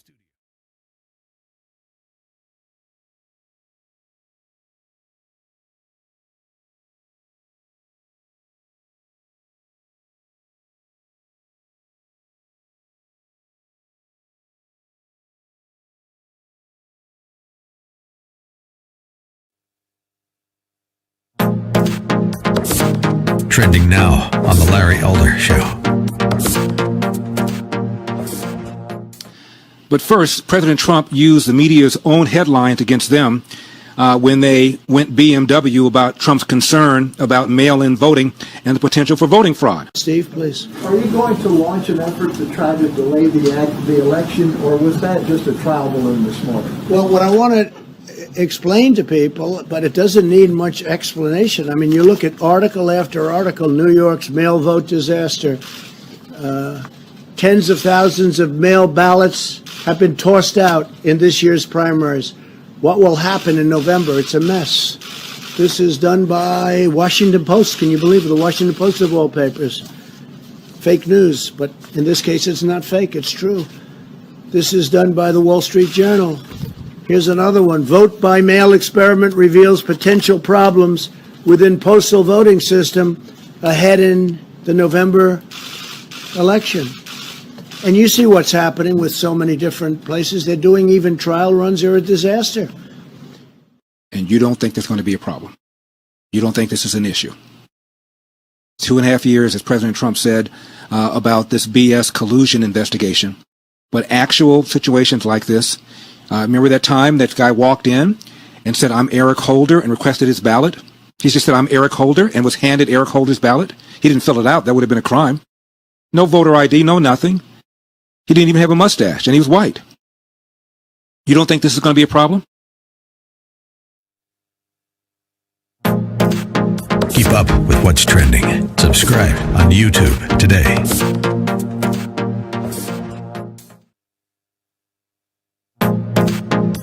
Trending now on the Hugh Hewitt Show. But I think now that a number of Democratic voices have realized that even if there's no fraud at all, just put aside the whole allegation of fraud, there could be massive dysfunction in the tabulating of votes cast by mail. And I think that the New York congressional districts that are still not resolved from a June 23rd election, because of this huge increase of voting by mail, are a real warning sign about what could happen. That Ben Smith of the New York Times did a column on some media people, TV people, who are saying, well, we've got to get away from this idea that there is an election night. And on election night, at the end of the night, maybe it's a long night, but you declare a winner of the presidential election. That's just not going to happen because of voting by mail. And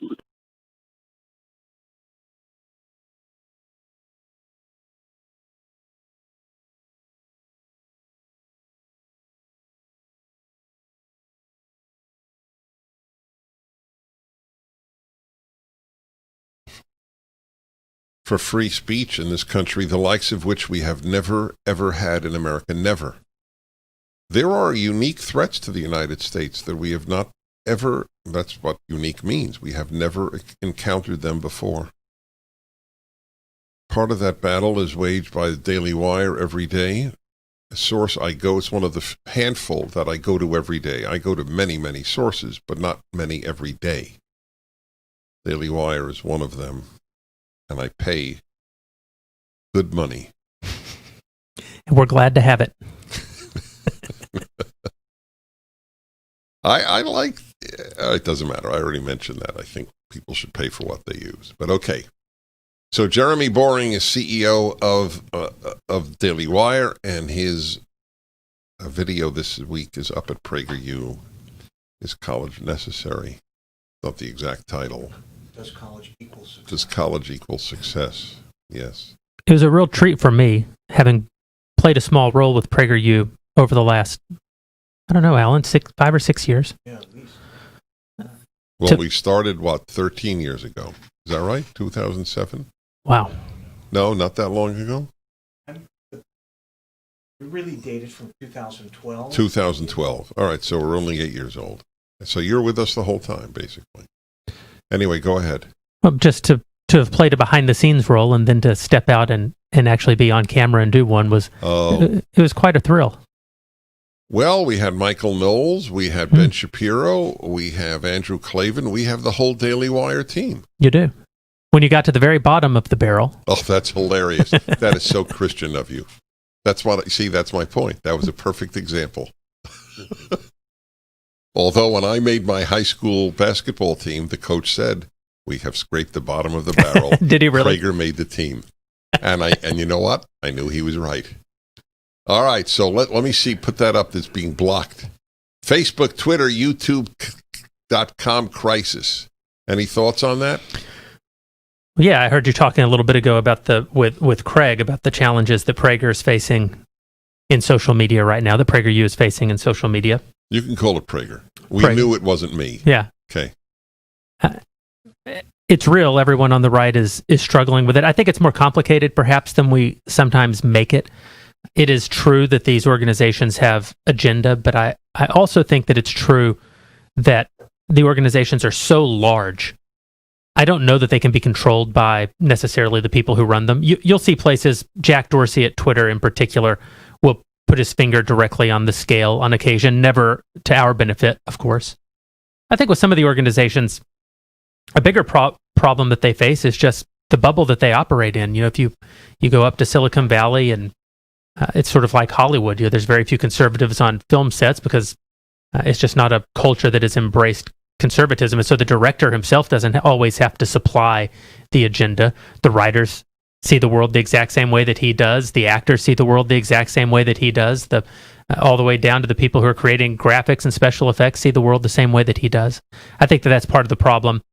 I look at a guy like Mark Zuckerberg just as an example, and I'm sure if we were able to sit down with him, he doesn't see himself as someone who suppresses points of view. He sees himself quite the opposite, as a guy who gave a voice to billions of people who had never had such a voice before. I'm sure he sees himself as a champion of the very concept of freedom of expression. And yet he has perhaps a blind spot as to how impenetrable is the bubble in which he operates. And probably, practically speaking, he has so many people working down from him who reinforce that worldview that it would be very hard to make particular changes, even if he wanted to make those changes. None of that's to say that it's any less dangerous to our point of view. The Facebook bureaucracy is left. It's almost irrelevant who the head is. Much like the federal government. Like the government. That's right. Exactly right. Yep. As we learned with Donald Trump as president. All right, I'm going to take some calls here because we have some 1-8-PRAGER-776 and Craig in Southfield, Michigan. Hi. Hey, Dennis. I wanted to commend you when I saw you at the Belford celebration. Actually, I wanted to speak to the Jewish community. I suffered quite a great deal of loss. And as a Christian, there's an expression that we have that the church shoots its wounded.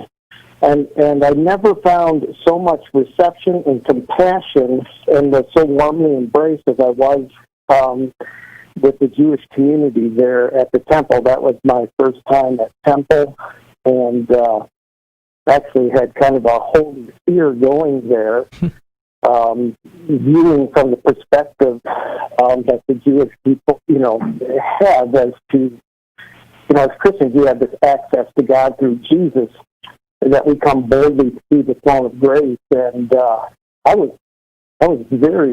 I had a lot of holy fear going to temple, but you had really strongly, maybe almost scolded the Jewish community about not reaching out to the Christian community, and how much the Christian community cares for Israel and all of the Jewish people, and I really appreciated that. Well, thank you very much, and thank you for the whole thing. The issue of suffering is the Jews as all generalizations allow for exceptions, but generalizations are the key to wisdom. If you don't see patterns, then you're blind. So Jews have suffered a tremendous amount. And so they have there's an empathy for people who suffer that's built in. The only difference that I was noting somewhat in a light way, but also in a very serious way, was Jews think that suffering violates God's will in the deepest sense. Christians have a somewhat different view through their theology of suffering. As I said, it was Christ-like. There's no, I don't think that there is a parallel to that in normative Jewish thought. Yeah, one thing I would add, Dennis, is that God may be jealous, but he's not fearful. And so it's a wonderful thing when people pursue God from different points of view, open themselves up to different points of view. Back in a moment.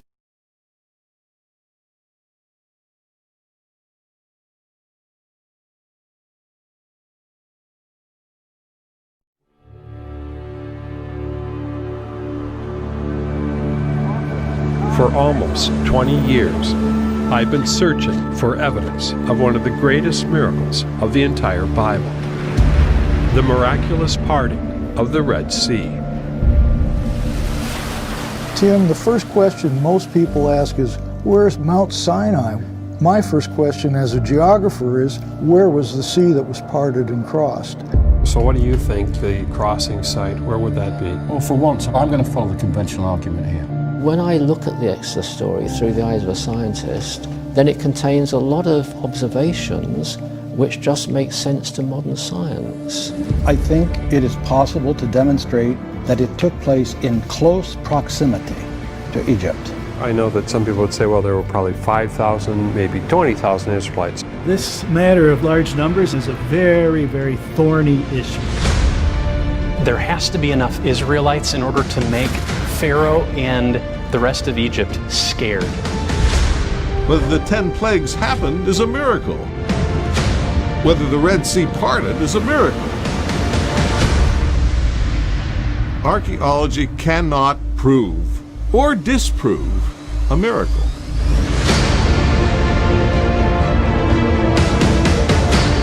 Make the sea small, put it close to Egypt, all of a sudden it calls into question the biblical text itself.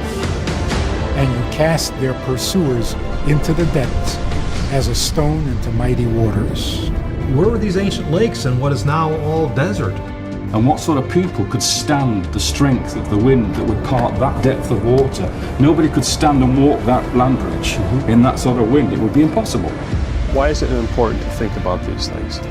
At the end of the day, we're really talking about a miraculous event of unprecedented proportion, of God's miraculous saving power.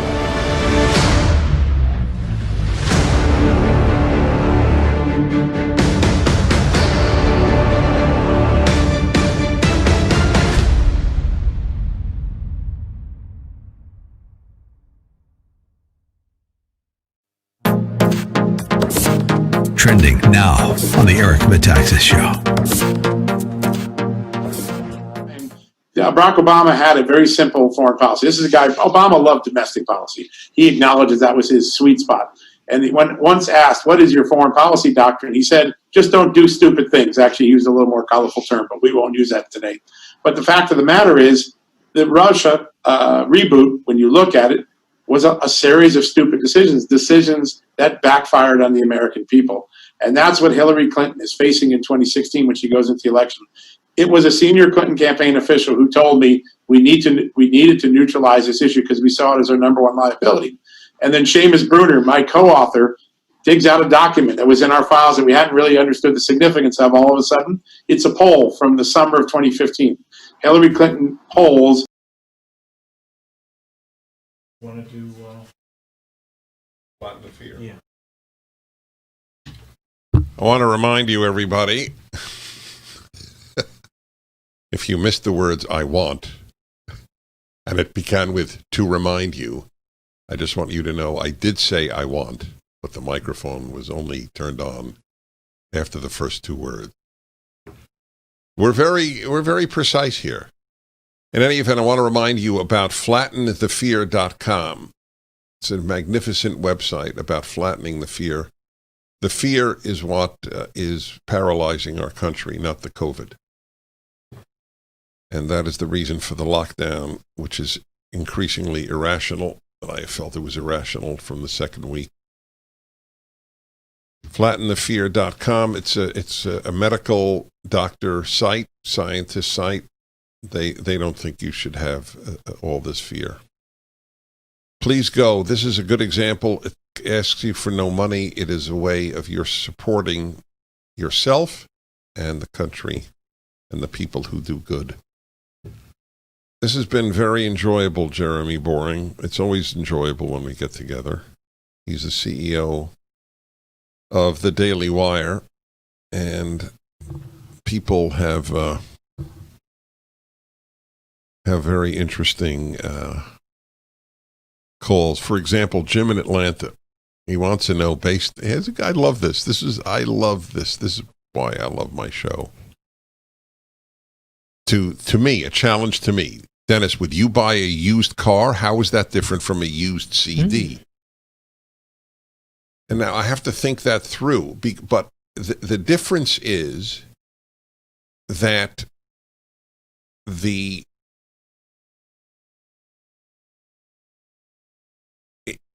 theoretically, imagine if everybody, the people who were selling their used CDs took the files off the CD. That's what they've done. Right. So that's why it's different from the car. They didn't remove the motor. But it's also the differences in how we've structured the economics around them. The songwriter and the artist don't make their money as a percentage of the sale of the physical product. They make their money as a royalty on the intellectual property itself.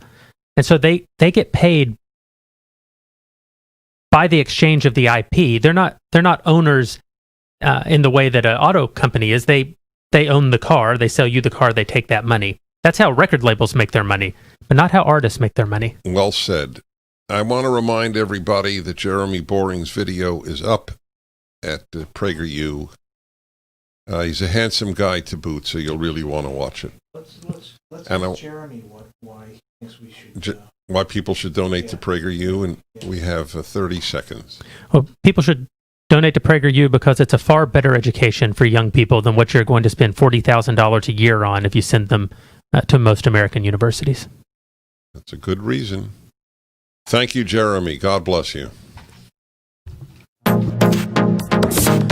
Trending now on America First with Sebastian Gorka. Here's what I want to understand. It's a counterintelligence investigation that led to the interview. You didn't authorize the interview. As a matter of fact, you wanted to go to the White House and tell them about the problem, didn't you? That's right. I did. I thought that was the more immediate issue. And when you heard about the interview, you got upset, didn't you? I was upset that Director Comey didn't coordinate that with us and acted unilaterally. Yes, I was. Okay. Did Comey go rogue? You could use that term, yes. Does it not shock you that Sally Yates said what she said today about Jim Comey? No, I mean, Comey has... I've always had a theory about him. I think others have agreed or caught on with this as well, that he's really a Comeyist. I mean, he almost thinks of himself as a government unto himself all along, and that's been his approach. You know, it's like he's created this narrative and he's living it out like he's writing a novel in real time where he's the only honest man in government. Somehow, he never makes a mistake. He never errs. He puts himself in these highly politicized situations, and in this case, clearly thought that he was the embodiment of the anti-Trump establishment meant to save the country. And Sally Yates is saying he went rogue because, as you know, Dr. G, this is a classic government maneuver. When all of a sudden there's no more room to maneuver, when they can't do the dance, the Potomac two-step, pretend like nothing bad happened, then it's no one's really responsible for this. That's the next move, and that's what Sally Yates is doing here. She doesn't know, she doesn't remember. But Comey went rogue, so let's go back to that. Keep up with what's trending. Subscribe on YouTube today.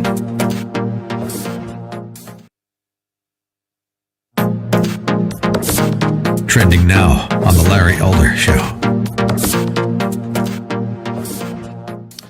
But first, President Trump used the media's own headlines against them when they went BMW about Trump's concern about mail-in voting and the potential for voting fraud. Steve, please. Are you going to launch an effort to try to delay the election, or was that just a trial balloon this morning? Well, what I want to explain to people, but it doesn't need much explanation. I mean, you look at article after article, New York's mail vote disaster, tens of thousands of mail ballots have been tossed out in this year's primaries. What will happen in November? It's a mess. This is done by Washington Post. Can you believe it? The Washington Post of all papers. Fake news, but in this case it's not fake, it's true. This is done by the Wall Street Journal. Here's another one. Vote by mail experiment reveals potential problems within postal voting system ahead in the November election. And you see what's happening with so many different places. They're doing even trial runs. They're a disaster. And you don't think there's going to be a problem? You don't think this is an issue? 2.5 years, as President Trump said, about this BS collusion investigation.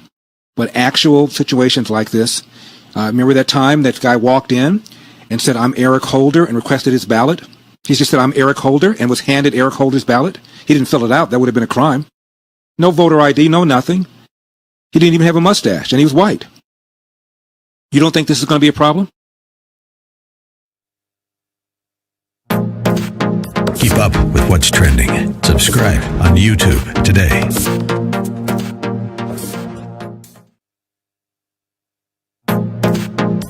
Trending now on The Hugh Hewitt Show.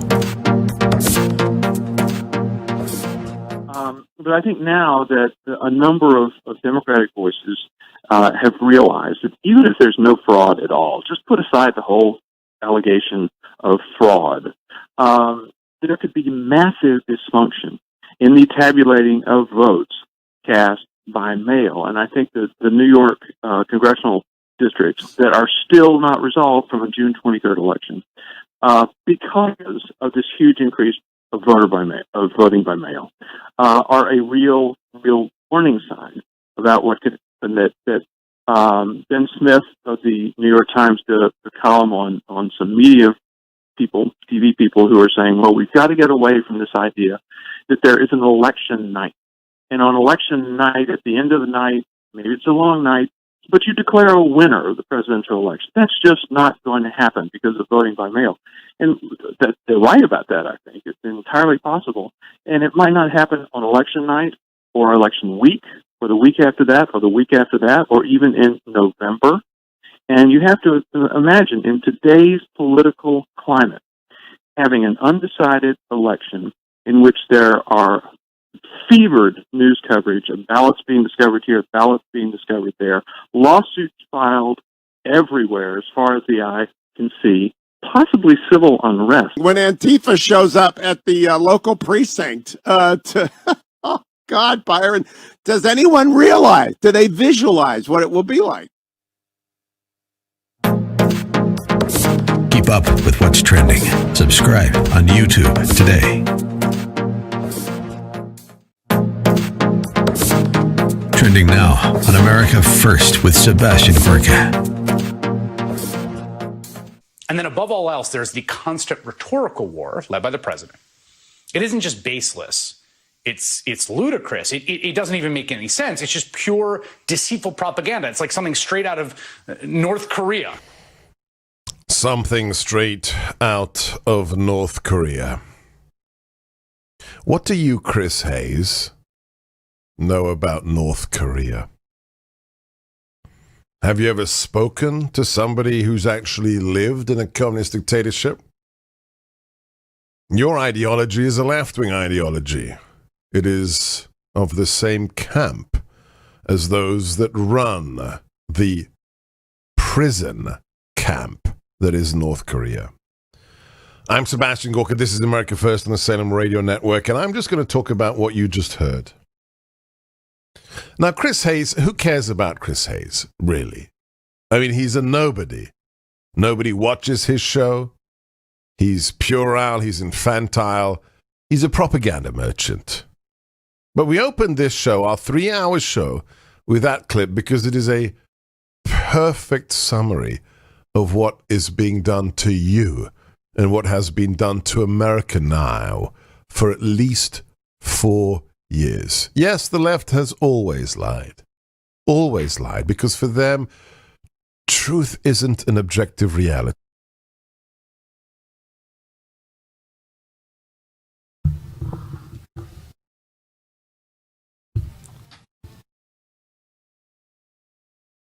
Okay, hi everybody. Dennis Prager here. The left ruins everything it touches.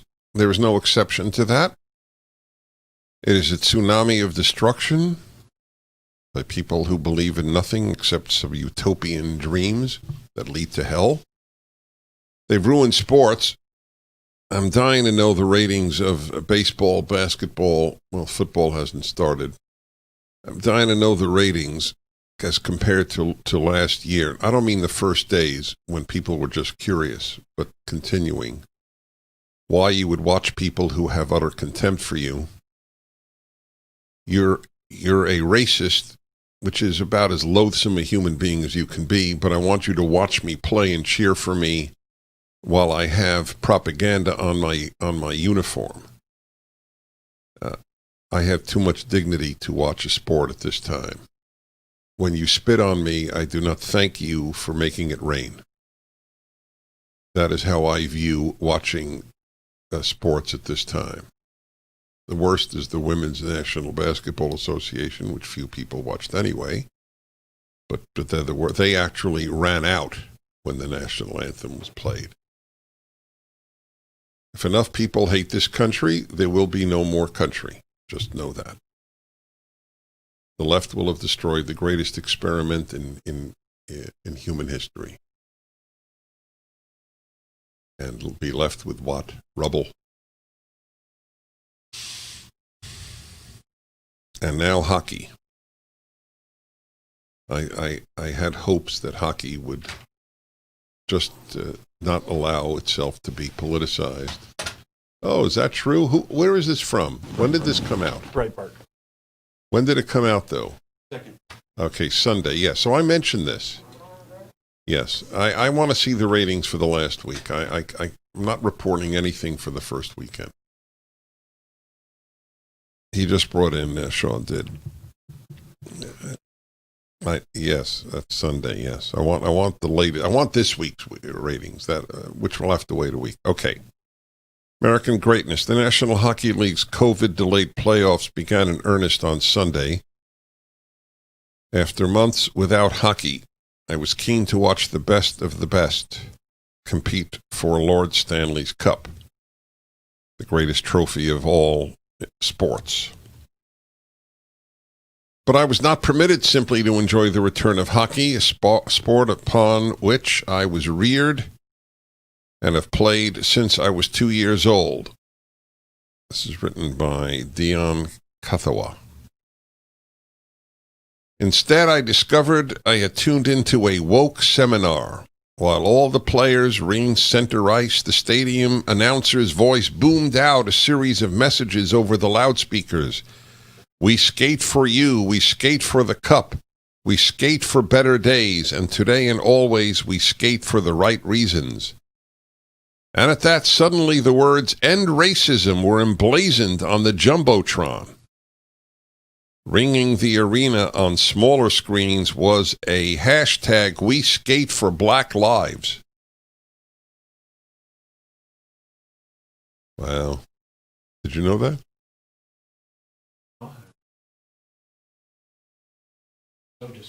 We skate for black lives. Well, of course, it doesn't mean anything. How do you skate for black lives? By the way, it's all based on a lie, that the police kill blacks wantonly. It's a gigantic lie. The whole thing's based on a lie. All of leftism is based on a lie. There is no exception. Ringing the arena on smaller screens was We Skate for Black Lives. One Republic's better days played over it all. It was just as Orwellian as it sounds. In what sense do professional hockey players skate for black lives? How does hockey, whether played well or poorly or at all, end racism or bring about better days? By the way, should they have affirmative action in hockey? Blacks are woefully underrepresented.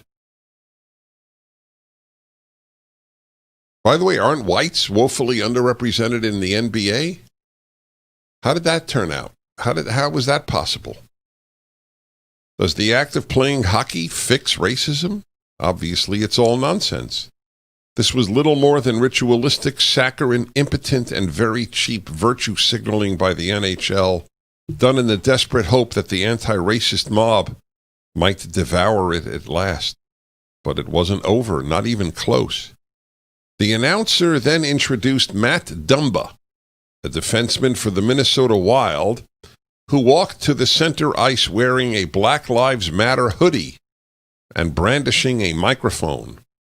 My stomach lurched. I prayed he wasn't about to do what I feared he would and reveal once and for all that my beloved sport finally had been colonized by fun-hating ideologues, brimming with foolish utopian schemes masquerading beneath the banner of social justice and racial equity. You know, this guy, in his own words, sounds like I could have written this. I mean, this is eerie to me, how he got it. It's the fun-hating.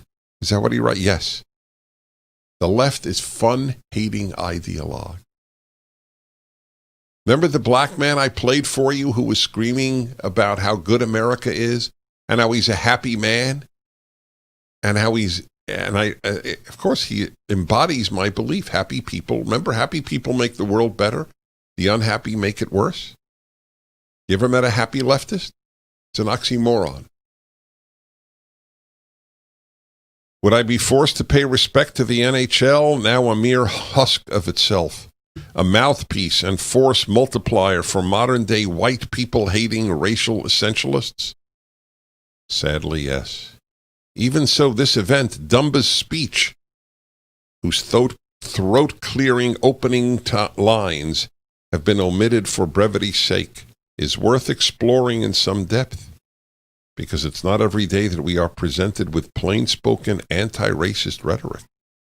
Usually it's mindless sloganeering designed to bludgeon dissenters into submission and eventual artificial agreement by eschewing totally the art of persuasion, the coin of the realm of in a self-governing republic such as ours. He writes very well. So this is what Dumba said, this defenseman for the Minnesota Wild. During this pandemic, something unexpected but long overdue occurred. The world woke up to the existence of systematic racism and how deeply rooted it is within our society. Attention citizens, the correct term is now systematic racism. This is the author writing. Pay no attention to the fact that just 5 minutes ago it was systemic racism. Such petty differences are to these anointed wokesters mere details.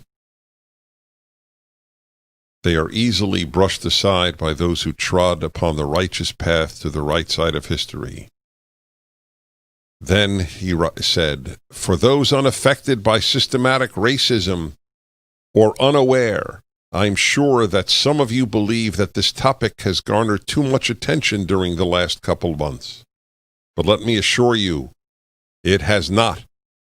Racism is a man-made creation, and all it does is deteriorate from our collective prosperity. What does that mean? It's not English. Racism is everywhere. Racism is everywhere. Said it twice. Really? Yeah, well, that's what they believe. After all, Uncle Ben, Washington Redskins, Aunt Jemima. So it's everywhere. Nooses at NASCAR. Everywhere. The great lie.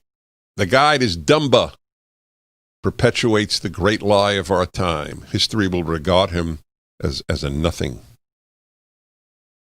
as a perpetuator of a libel on America.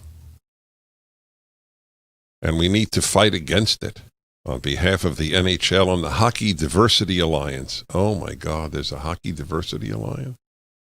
What is it going to do? There are no black goalies. Is it going to make sure there are black goalies? There are no Hispanic goalies that I know of. In fact, the overwhelming majority of players are Canadian. Why is that acceptable? And we need to fight against it. On behalf of the NHL and the Hockey Diversity Alliance, we vow and promise, both, to stand up for justice and fight for what is right. Now I can't watch hockey. Thank you, NHL. Because they're cowards. Because if you do nothing, you just play a sport and give everyone of every color joy, you're not woke. The Dennis Prager Show, live from the Relief Factor Pain-Free Studio.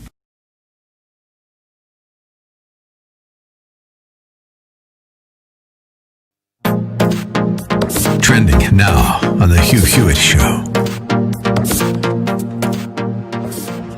Because I think Trump's going to win, and I think the Republicans are going to go hold the Senate. But because of what is going on in the Democratic Party, and I watch it every day. You know, right now they are holding hostage unemployment relief for people. Nancy Pelosi and Chuck Schumer will not grant unemployment relief because they want radical policies, and they believe that the Republicans have to give them. They don't, and they won't. But Mitch McConnell's holding the line, saying, you know, we will extend some unemployment benefits and we will provide assistance where needed to particularly hard-hit industries, but we are not going to bail out blue state pension funds, and we are not returning the state income tax deduction or the home mortgage interest deduction. That deal was done 3 years ago. It was working until the Chinese Communist Party unleashed the virus. So within the Democratic Party, there's this radical turn. Radical. It's not your parents' Democrats. It's not your Democrat. It's AOC and the squad's Democrat. And their agenda is to hack, pack, pack, and tax. Can you remember that? Hack, pack, pack, and tax. They're going to hack the Senate filibuster into shreds. And once it's gone, they will pack the United States Senate by adding D.C. and Puerto Rico as states 51, 52, 4 senators. They will pack the Supreme Court, like FDR tried to do in 1937, and then they will simply tax everything that moves, including your retirement. Pack, pack, pack, and tax. Keep up with what's trending. Subscribe on YouTube today. Trending now on America First with Sebastian Gorka. Since the Civil War, it doesn't matter what happens in America. A president can be assassinated. And we still had a peaceful transition to power. That photograph from Air Force One as the vice president is being sworn in moments after JFK is assassinated, and his widow is standing there in her blood-spattered dress, is the essence of why we are the most successful republic on the face of the planet. And right now, with the Democrat Party wanting to make mail-in and absentee voting the standard, not having Americans physically go to vote, which is a right Americans have died for in their thousands, in their hundreds of thousands, undermines that sacred compact. Forget politics. I know this sounds crazy from me, Sebastian Gorka. Forget politics for a hot minute. We are talking about the integrity of our electoral system, which means the integrity of our nation. It mustn't happen, because the consequences would be truly dire for all Americans. Keep up with what's trending. Subscribe on YouTube today.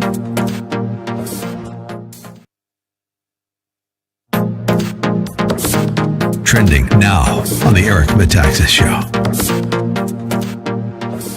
Long time, and you've known Donald Trump personally for like 4 decades. You know this guy as a New Yorker. So Jeanine Pirro.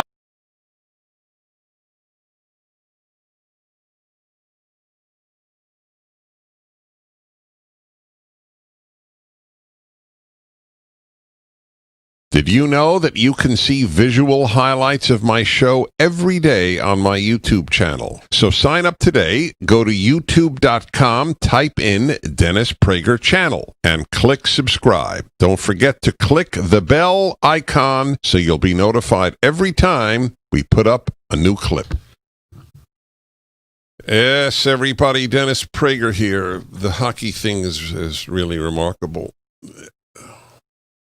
The gigantic, awesome, spectacular lie that it's all based on, that America is a racist country. Isn't it obvious it's not when you have so many hoaxes? I list about a dozen in a recent column of mine. And then the trivia and cultural appropriation.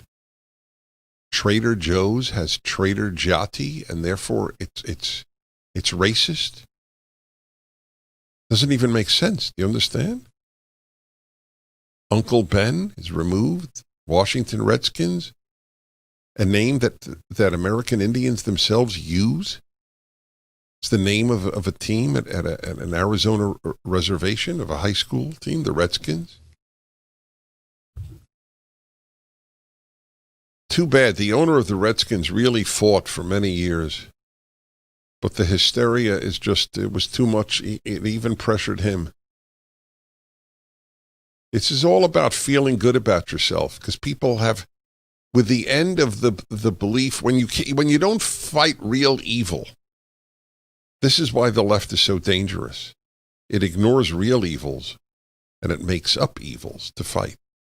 It ignores Iran. You realize if the Democrats win, it's back to bundles of money, appeasement money to Iran, one of the most vile regimes in modern history.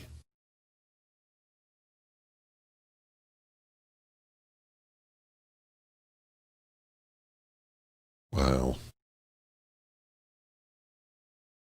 Sports ruined. Have messages on the uniforms. They all caved in. It's all hysteria, and the left-wing media have made it possible. You can't broadcast. You can't broadcast. You can't use the internet to say that hydroxychloroquine might help you.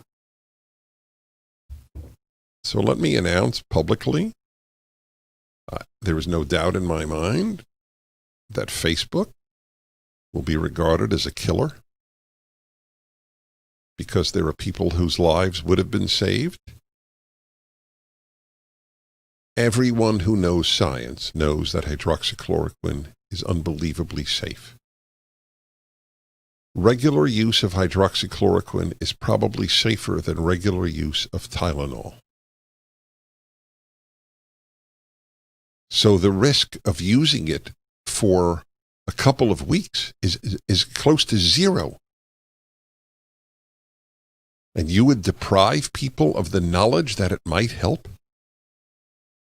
You lowlifes, including the CDC, you lowlifes, because they make a fortune from remdesivir and they make nothing from hydroxychloroquine.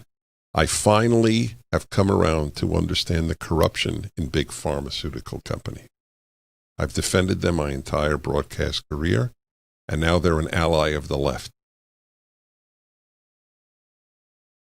Remdesivir by Gilead, $1,000 a shot, $2,000 a dose. How much is hydroxychloroquine? $12. The corruption is so deep that I've always said it's the C word, corruption. That is what has held third world countries back. They have great brain power. They have great resources in many instances, like Africa. But there's so much corruption. The left has made that possible in the United States. To hide, to purposely hide the possible hope, the sickness that runs through the big tech people, the contempt for people who are sick on the part of the big tech companies, that they would not allow you to hear about hydroxychloroquine if a loved one of yours gets COVID. That's evil, my friends. These people who think they're good, they are doing evil.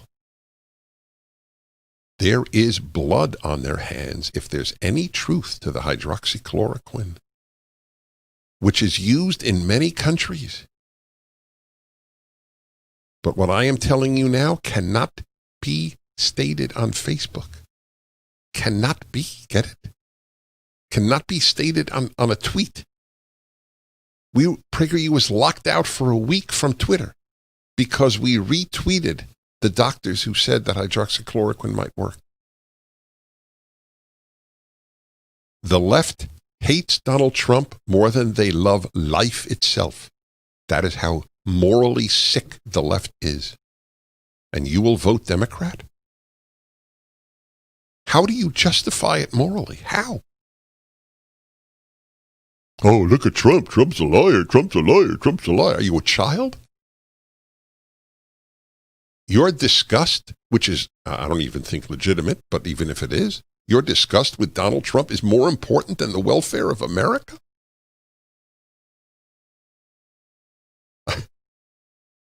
Look, it is all, unfortunately, a verification of something I have said my whole life. I have contempt for humanity and love for individual humans. God made a deeply flawed creature. To have America and then work to crush it under the lie that it's bad? Wow. And you're going to send your kids to a school that teaches them that America was founded in order to perpetuate slavery? The 1619 thesis?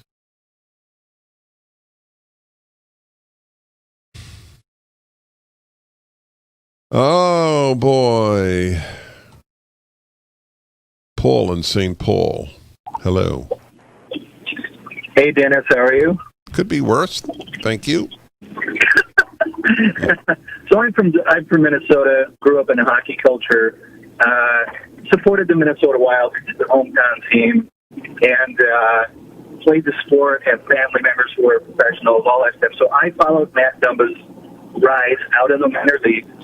Good. All right. Stay on. Stay on. Do not hang up. Do not hang up. I want to hear about it. The Dennis Prager Show, live from the Relief Factor Pain-Free Studio.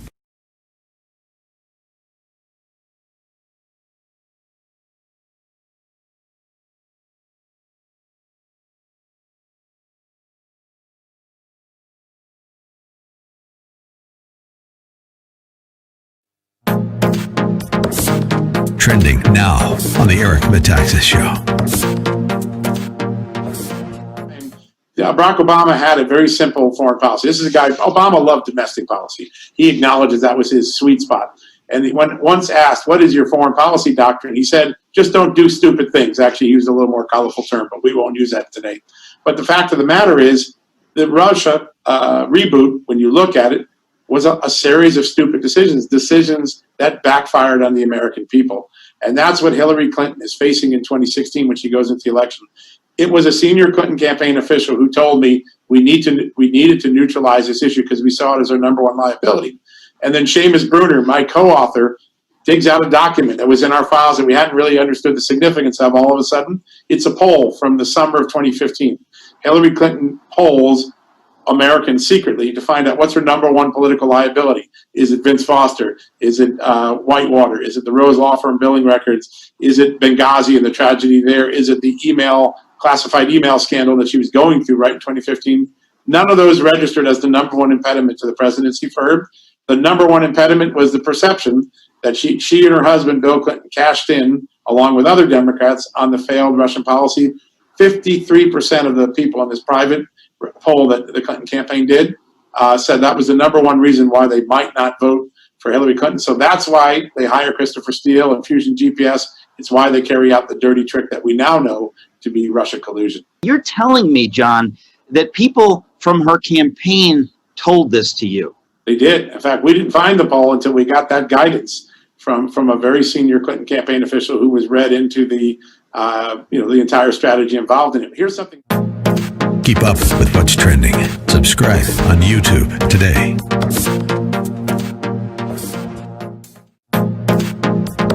Trending now on The Mike Gallagher Show.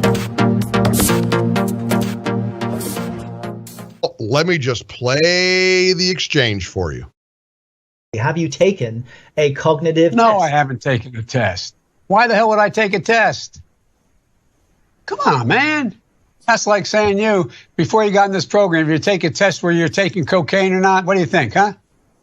Are you a junkie? What do you say to President Trump, who brags about his test and makes your mental state an issue for voters? Well, if he can't figure out the difference between an elephant and a lion, I don't know what the hell he's talking about. Did you watch that? Look, come on, man. I know you're trying to goad me, but I mean, I'm so forward looking to have an opportunity to sit with the president or stand with the president in debates. There can be plenty of time. And by the way, as I joke with him, I shouldn't say it. I'm going to say something I probably shouldn't say. Anyway, I am very willing to let the American public judge my physical and mental my physical as well as my mental fitness. Houston, we have a problem.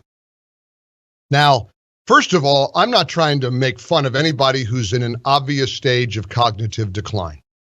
I experienced it firsthand in dealing with my late father-in-law. He was in a beautiful, beautiful extended care facility in the upstate of South Carolina. They took wonderful care of him, but I watched it. I observed it, day to day. Every chance I could, I was with him, visiting with him. And that's my father-in-law, what I just heard. Keep up with what's trending. Subscribe on YouTube today.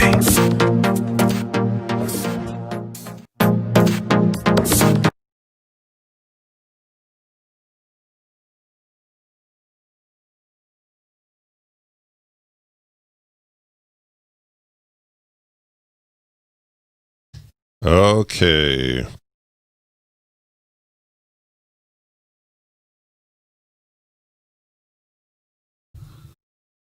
All right, everybody. I want to go back to Paul in St. Paul, Minnesota. I was talking to you about this player on the Minnesota Wild hockey team and the poisoning of hockey with the politicization and the lies about America being systematically racist.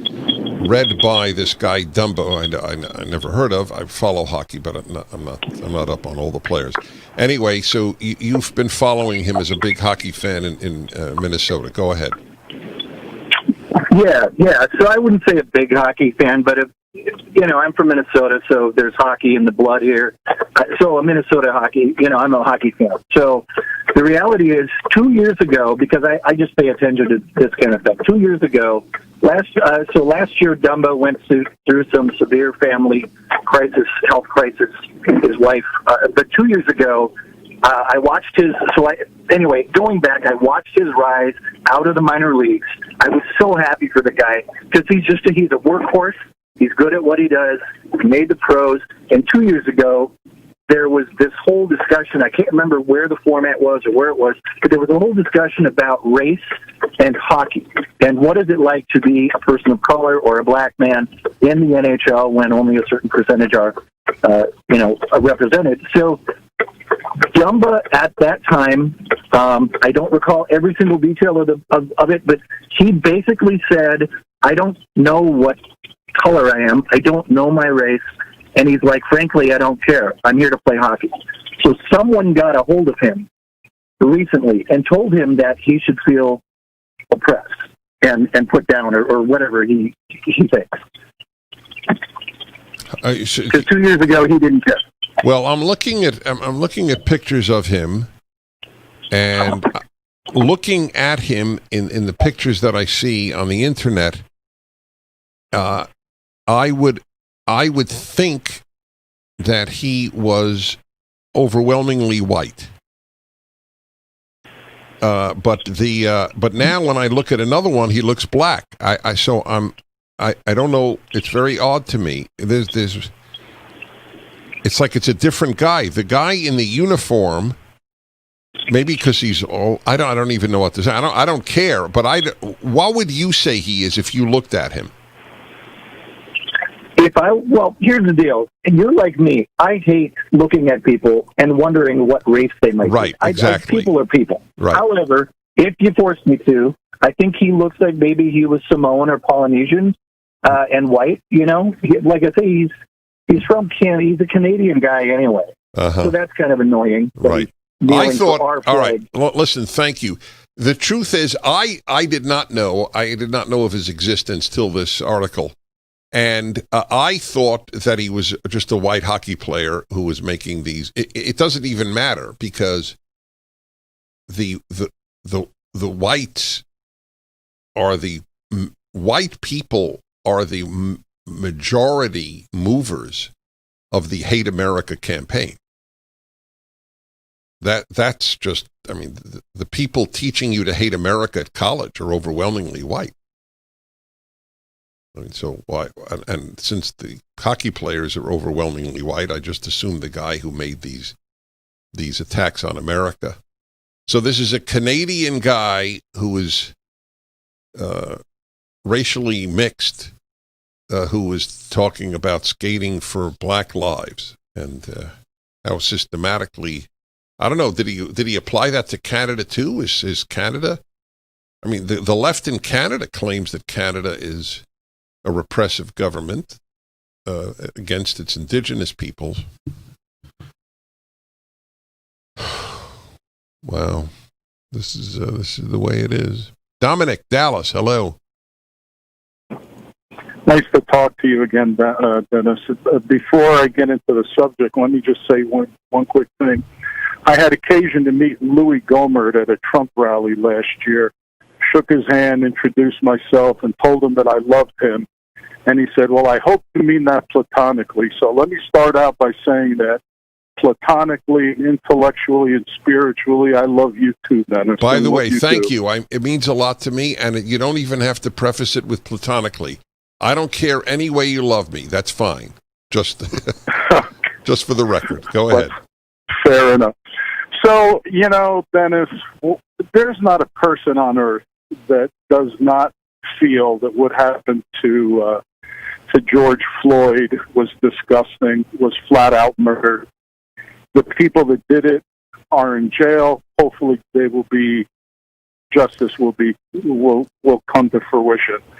But I don't understand the benefit of all the rioting and so on. Right, I don't either. Hold on. By the way, I differ with you on George Floyd. I don't think it was flat out murder. We'll talk about that in a moment. First, let me remind you about Relief Factor at relieffactor.com, 800-500-8384. It's a father and a son operation. I've met them. These are good people. And you will know in 3 weeks if it works. Doesn't work, you've thrown out $19.95 plus shipping. Right? I'm as honest as I can about every ad. I take it because it works. Does it work for everyone? Nothing works for everyone. But it works for most people. And I don't know why you wouldn't give it a try if you have joint pain, muscle pain, and the like. $19.95, the trial pack, 3 weeks, plus shipping. 800-500-8384, relieffactor.com. The Dennis Prager Show, live from the Relief Factor Pain-Free Studio.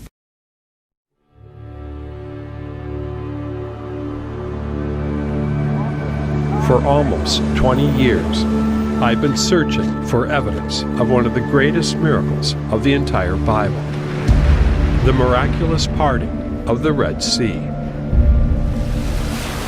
Tim, the first question most people ask is, where's Mount Sinai? My first question as a geographer is, where was the sea that was parted and crossed? So what do you think the crossing site, where would that be? Well, for once, I'm going to follow the conventional argument here. When I look at the Exodus story through the eyes of a scientist, then it contains a lot of observations which just make sense to modern science. I think it is possible to demonstrate that it took place in close proximity to Egypt. I know that some people would say, well, there were probably 5,000, maybe 20,000 Israelites. This matter of large numbers is a very, very thorny issue. There has to be enough Israelites in order to make Pharaoh and the rest of Egypt scared. Whether the 10 plagues happened is a miracle. Whether the Red Sea parted is a miracle. Archaeology cannot prove or disprove a miracle.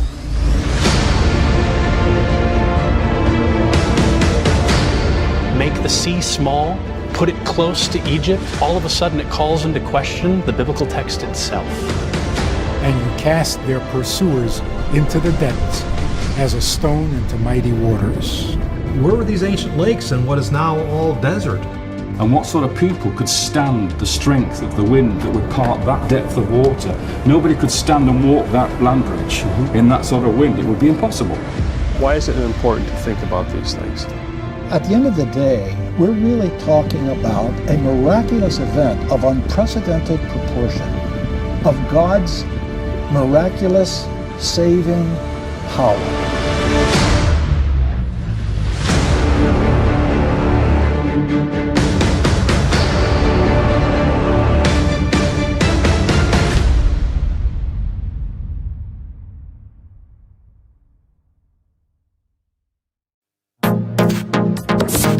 Trending now on the Eric Metaxas Show.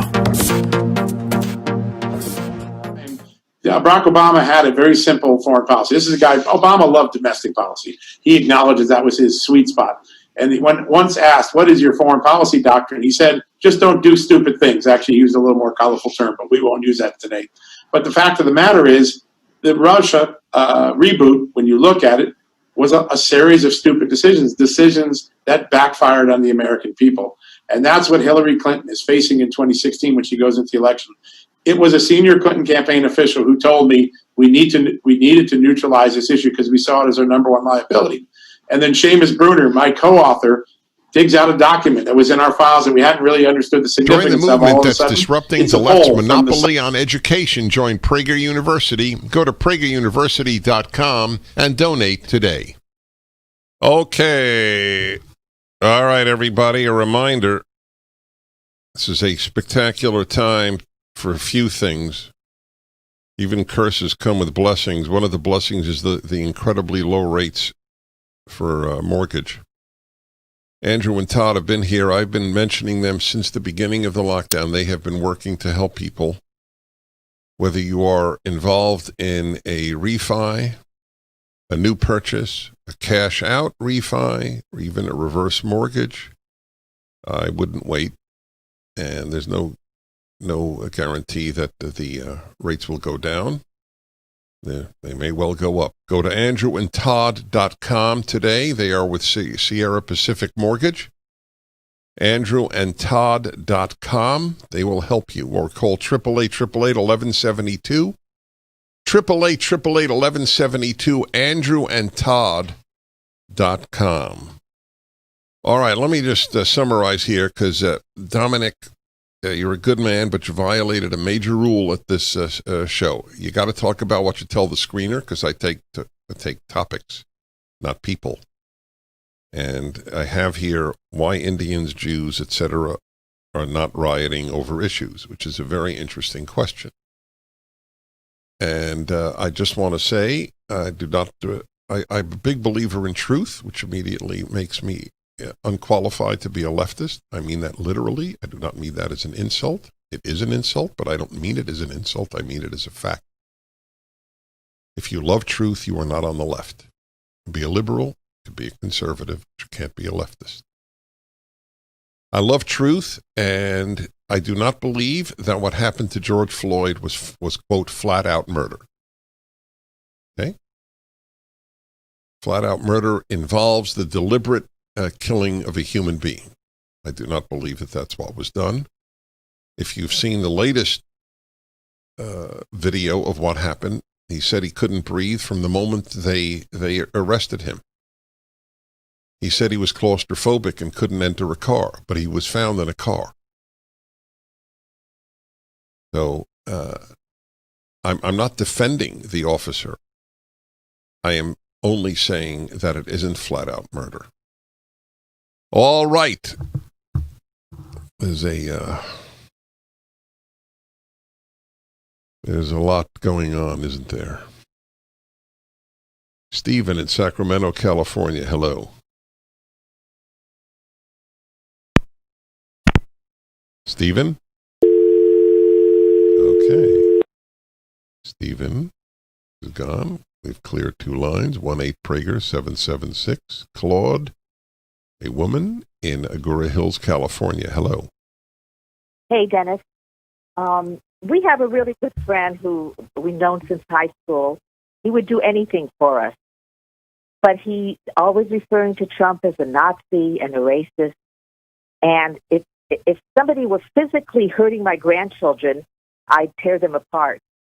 But if somebody is hurting my grandchildren for the future, how can we remain friends with somebody like that? I don't know. Okay.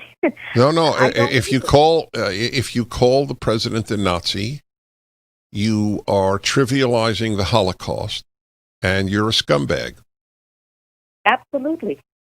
Okay. And he's Jewish, and he knows that my Jews are not unknown as being lowlifes. There are Jewish lowlifes. There are non-Jewish lowlifes. God has made lowlifes in all groups. For a Jew to call this man a Nazi makes him particularly stupid. Yes. It's a disgrace. Any Jew who went through the Holocaust, there are very few still living, but a Nazi with a Jewish daughter and Jewish grandchildren, the most pro-Israel president in American history is a Nazi. Leftism makes you bad. Bad people join it. Some good people join it, and then they become bad. That's what happens. As soon as you become a leftist, you become a worse human being. You think unclearly. You abandon reason. You say anything that works. You don't like Trump? Call him a Nazi. Max Boot said he was Stalin as soon as he was elected. Max Boot came from the Soviet Union, or his family came from the Soviet Union. Painful to me. The Max Boot issue is very painful. He used to publish me in the Wall Street Journal. Stalin? Is there a gulag? Did he make a gulag? Who is more likely to create camps for people who dissent? Trump or the left? We already have a cultural revolution that echoes Mao, where you get people to grovel and debase themselves because they said something that the left wing doesn't like.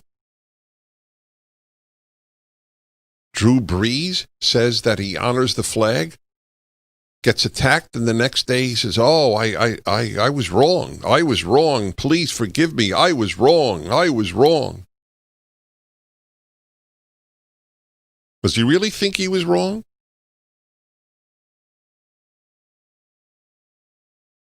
I really wonder, does he really think he was wrong? I don't know. I don't know the answer. It's a beautiful thing not to stand for the flag.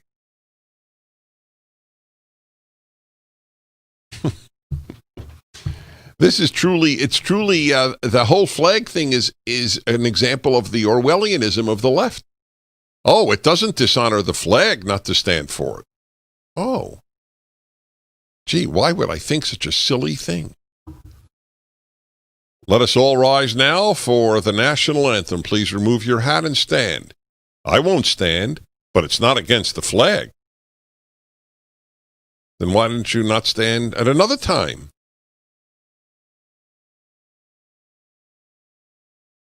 Anyway, the not standing itself is not morally defensible. This country's not racist. The whole cause that they're talking about is manufactured. There is racism in America, but it is not a racist country. Is that too subtle? The Dennis Prager Show, live from the Relief Factor Pain-Free Studio. Trending now on the Mike Gallagher Show. Let me just play the exchange for you. Have you taken a cognitive No, test? I haven't taken a test. Why the hell would I take a test? Come on, man. That's like saying you, before you got in this program, if you take a test where you're taking cocaine or not, what do you think, huh? Are you a junkie? What do you say to President Trump, who brags about his test and makes your mental state an issue for voters? Well, if he can't figure out the difference between an elephant and a lion, I don't know what the hell he's talking about. Did you watch that? Look, come on, man. I know you're trying to goad me, but I mean, I'm so forward looking to have an opportunity to sit with the president or stand with the president in debates. There's going to be plenty of time. And by the way, as I joke with him, you know, I shouldn't say it. I'm going to say something I probably shouldn't say. Anyway, I am very willing to let the American public judge my physical and mental my physical as well as my mental fitness. Houston, we have a problem. Now, first of all, I'm not trying to make fun of anybody who's in an obvious stage of cognitive decline.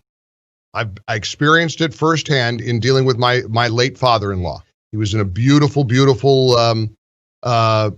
extended care facility in the upstate of South Carolina. They took wonderful care of him, but I watched it. I observed it, you know, day to day. Every chance I could, I was with him, visiting with him, and that's my father-in-law, what I just heard. Keep up with what's trending. Subscribe on YouTube today.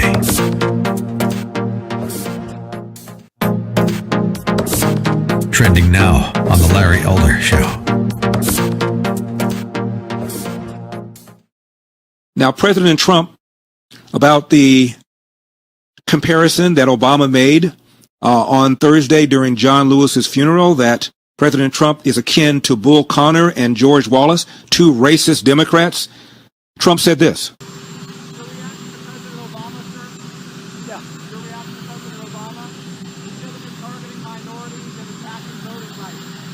Well, he did a bad job for minorities. I did much more for minorities than he did. And if you look at our numbers prior to the plague coming in, and those numbers will soon be back, you'll see I did a much better job than Obama did by far for African Americans, for Asian Americans, for women, for any group you look at. Far better than Obama did. Now, of course, Trump is Trump, so people on the left, of course, are immediately dismissing that.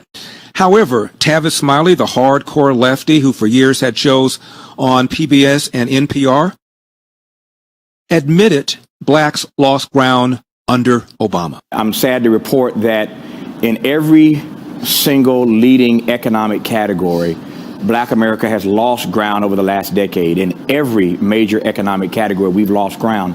So this book comes out, as you said, in 2006. So clearly, this book was out before Obama shows up to win in 2008. So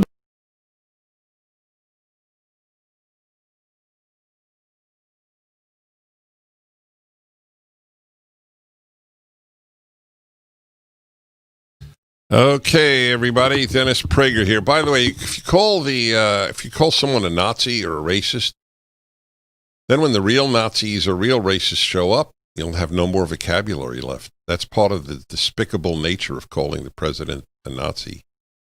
That Jewish neighbor of this person. I believe in a God who judges. I believe that this person will be judged by God and punished. If God is good, God will punish these people who have trivialized Nazism. The left trivializes all evil and minimizes real evil. Get it? That's how sick and bad the left is. Iran, they're not evil. The president is evil. Get it? That's the world. That's what the rabbi said 2,000 years ago. Those who are cruel to the kind will be kind to the cruel. That is the motto of the left. Kind to the cruel and cruel to the kind. Yes, indeed. I told you, I write for the Jewish Journal. They publish a column of mine every other week. They got a letter from a reader. The editor sent it to me, the publisher. If you continue to publish Dennis Prager, I will cancel my subscription and ask all my friends to do the same. I immediately wrote to the publisher to invite this person to come on my radio show and explain why I should not be published in the Jewish Journal. So far, we've had no response. It's amazing how they don't want to debate. I would have Thomas Friedman on this show, the New York Times, in a nanosecond. He'll go on NPR, because you know what they'll ask him on NPR? So tell us, how do you feel? Why are you so brilliant?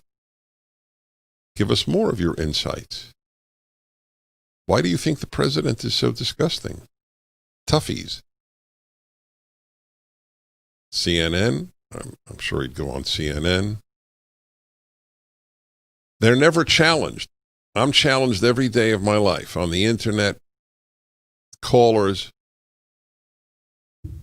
but they're never challenged. That's why their thinking is so shallow.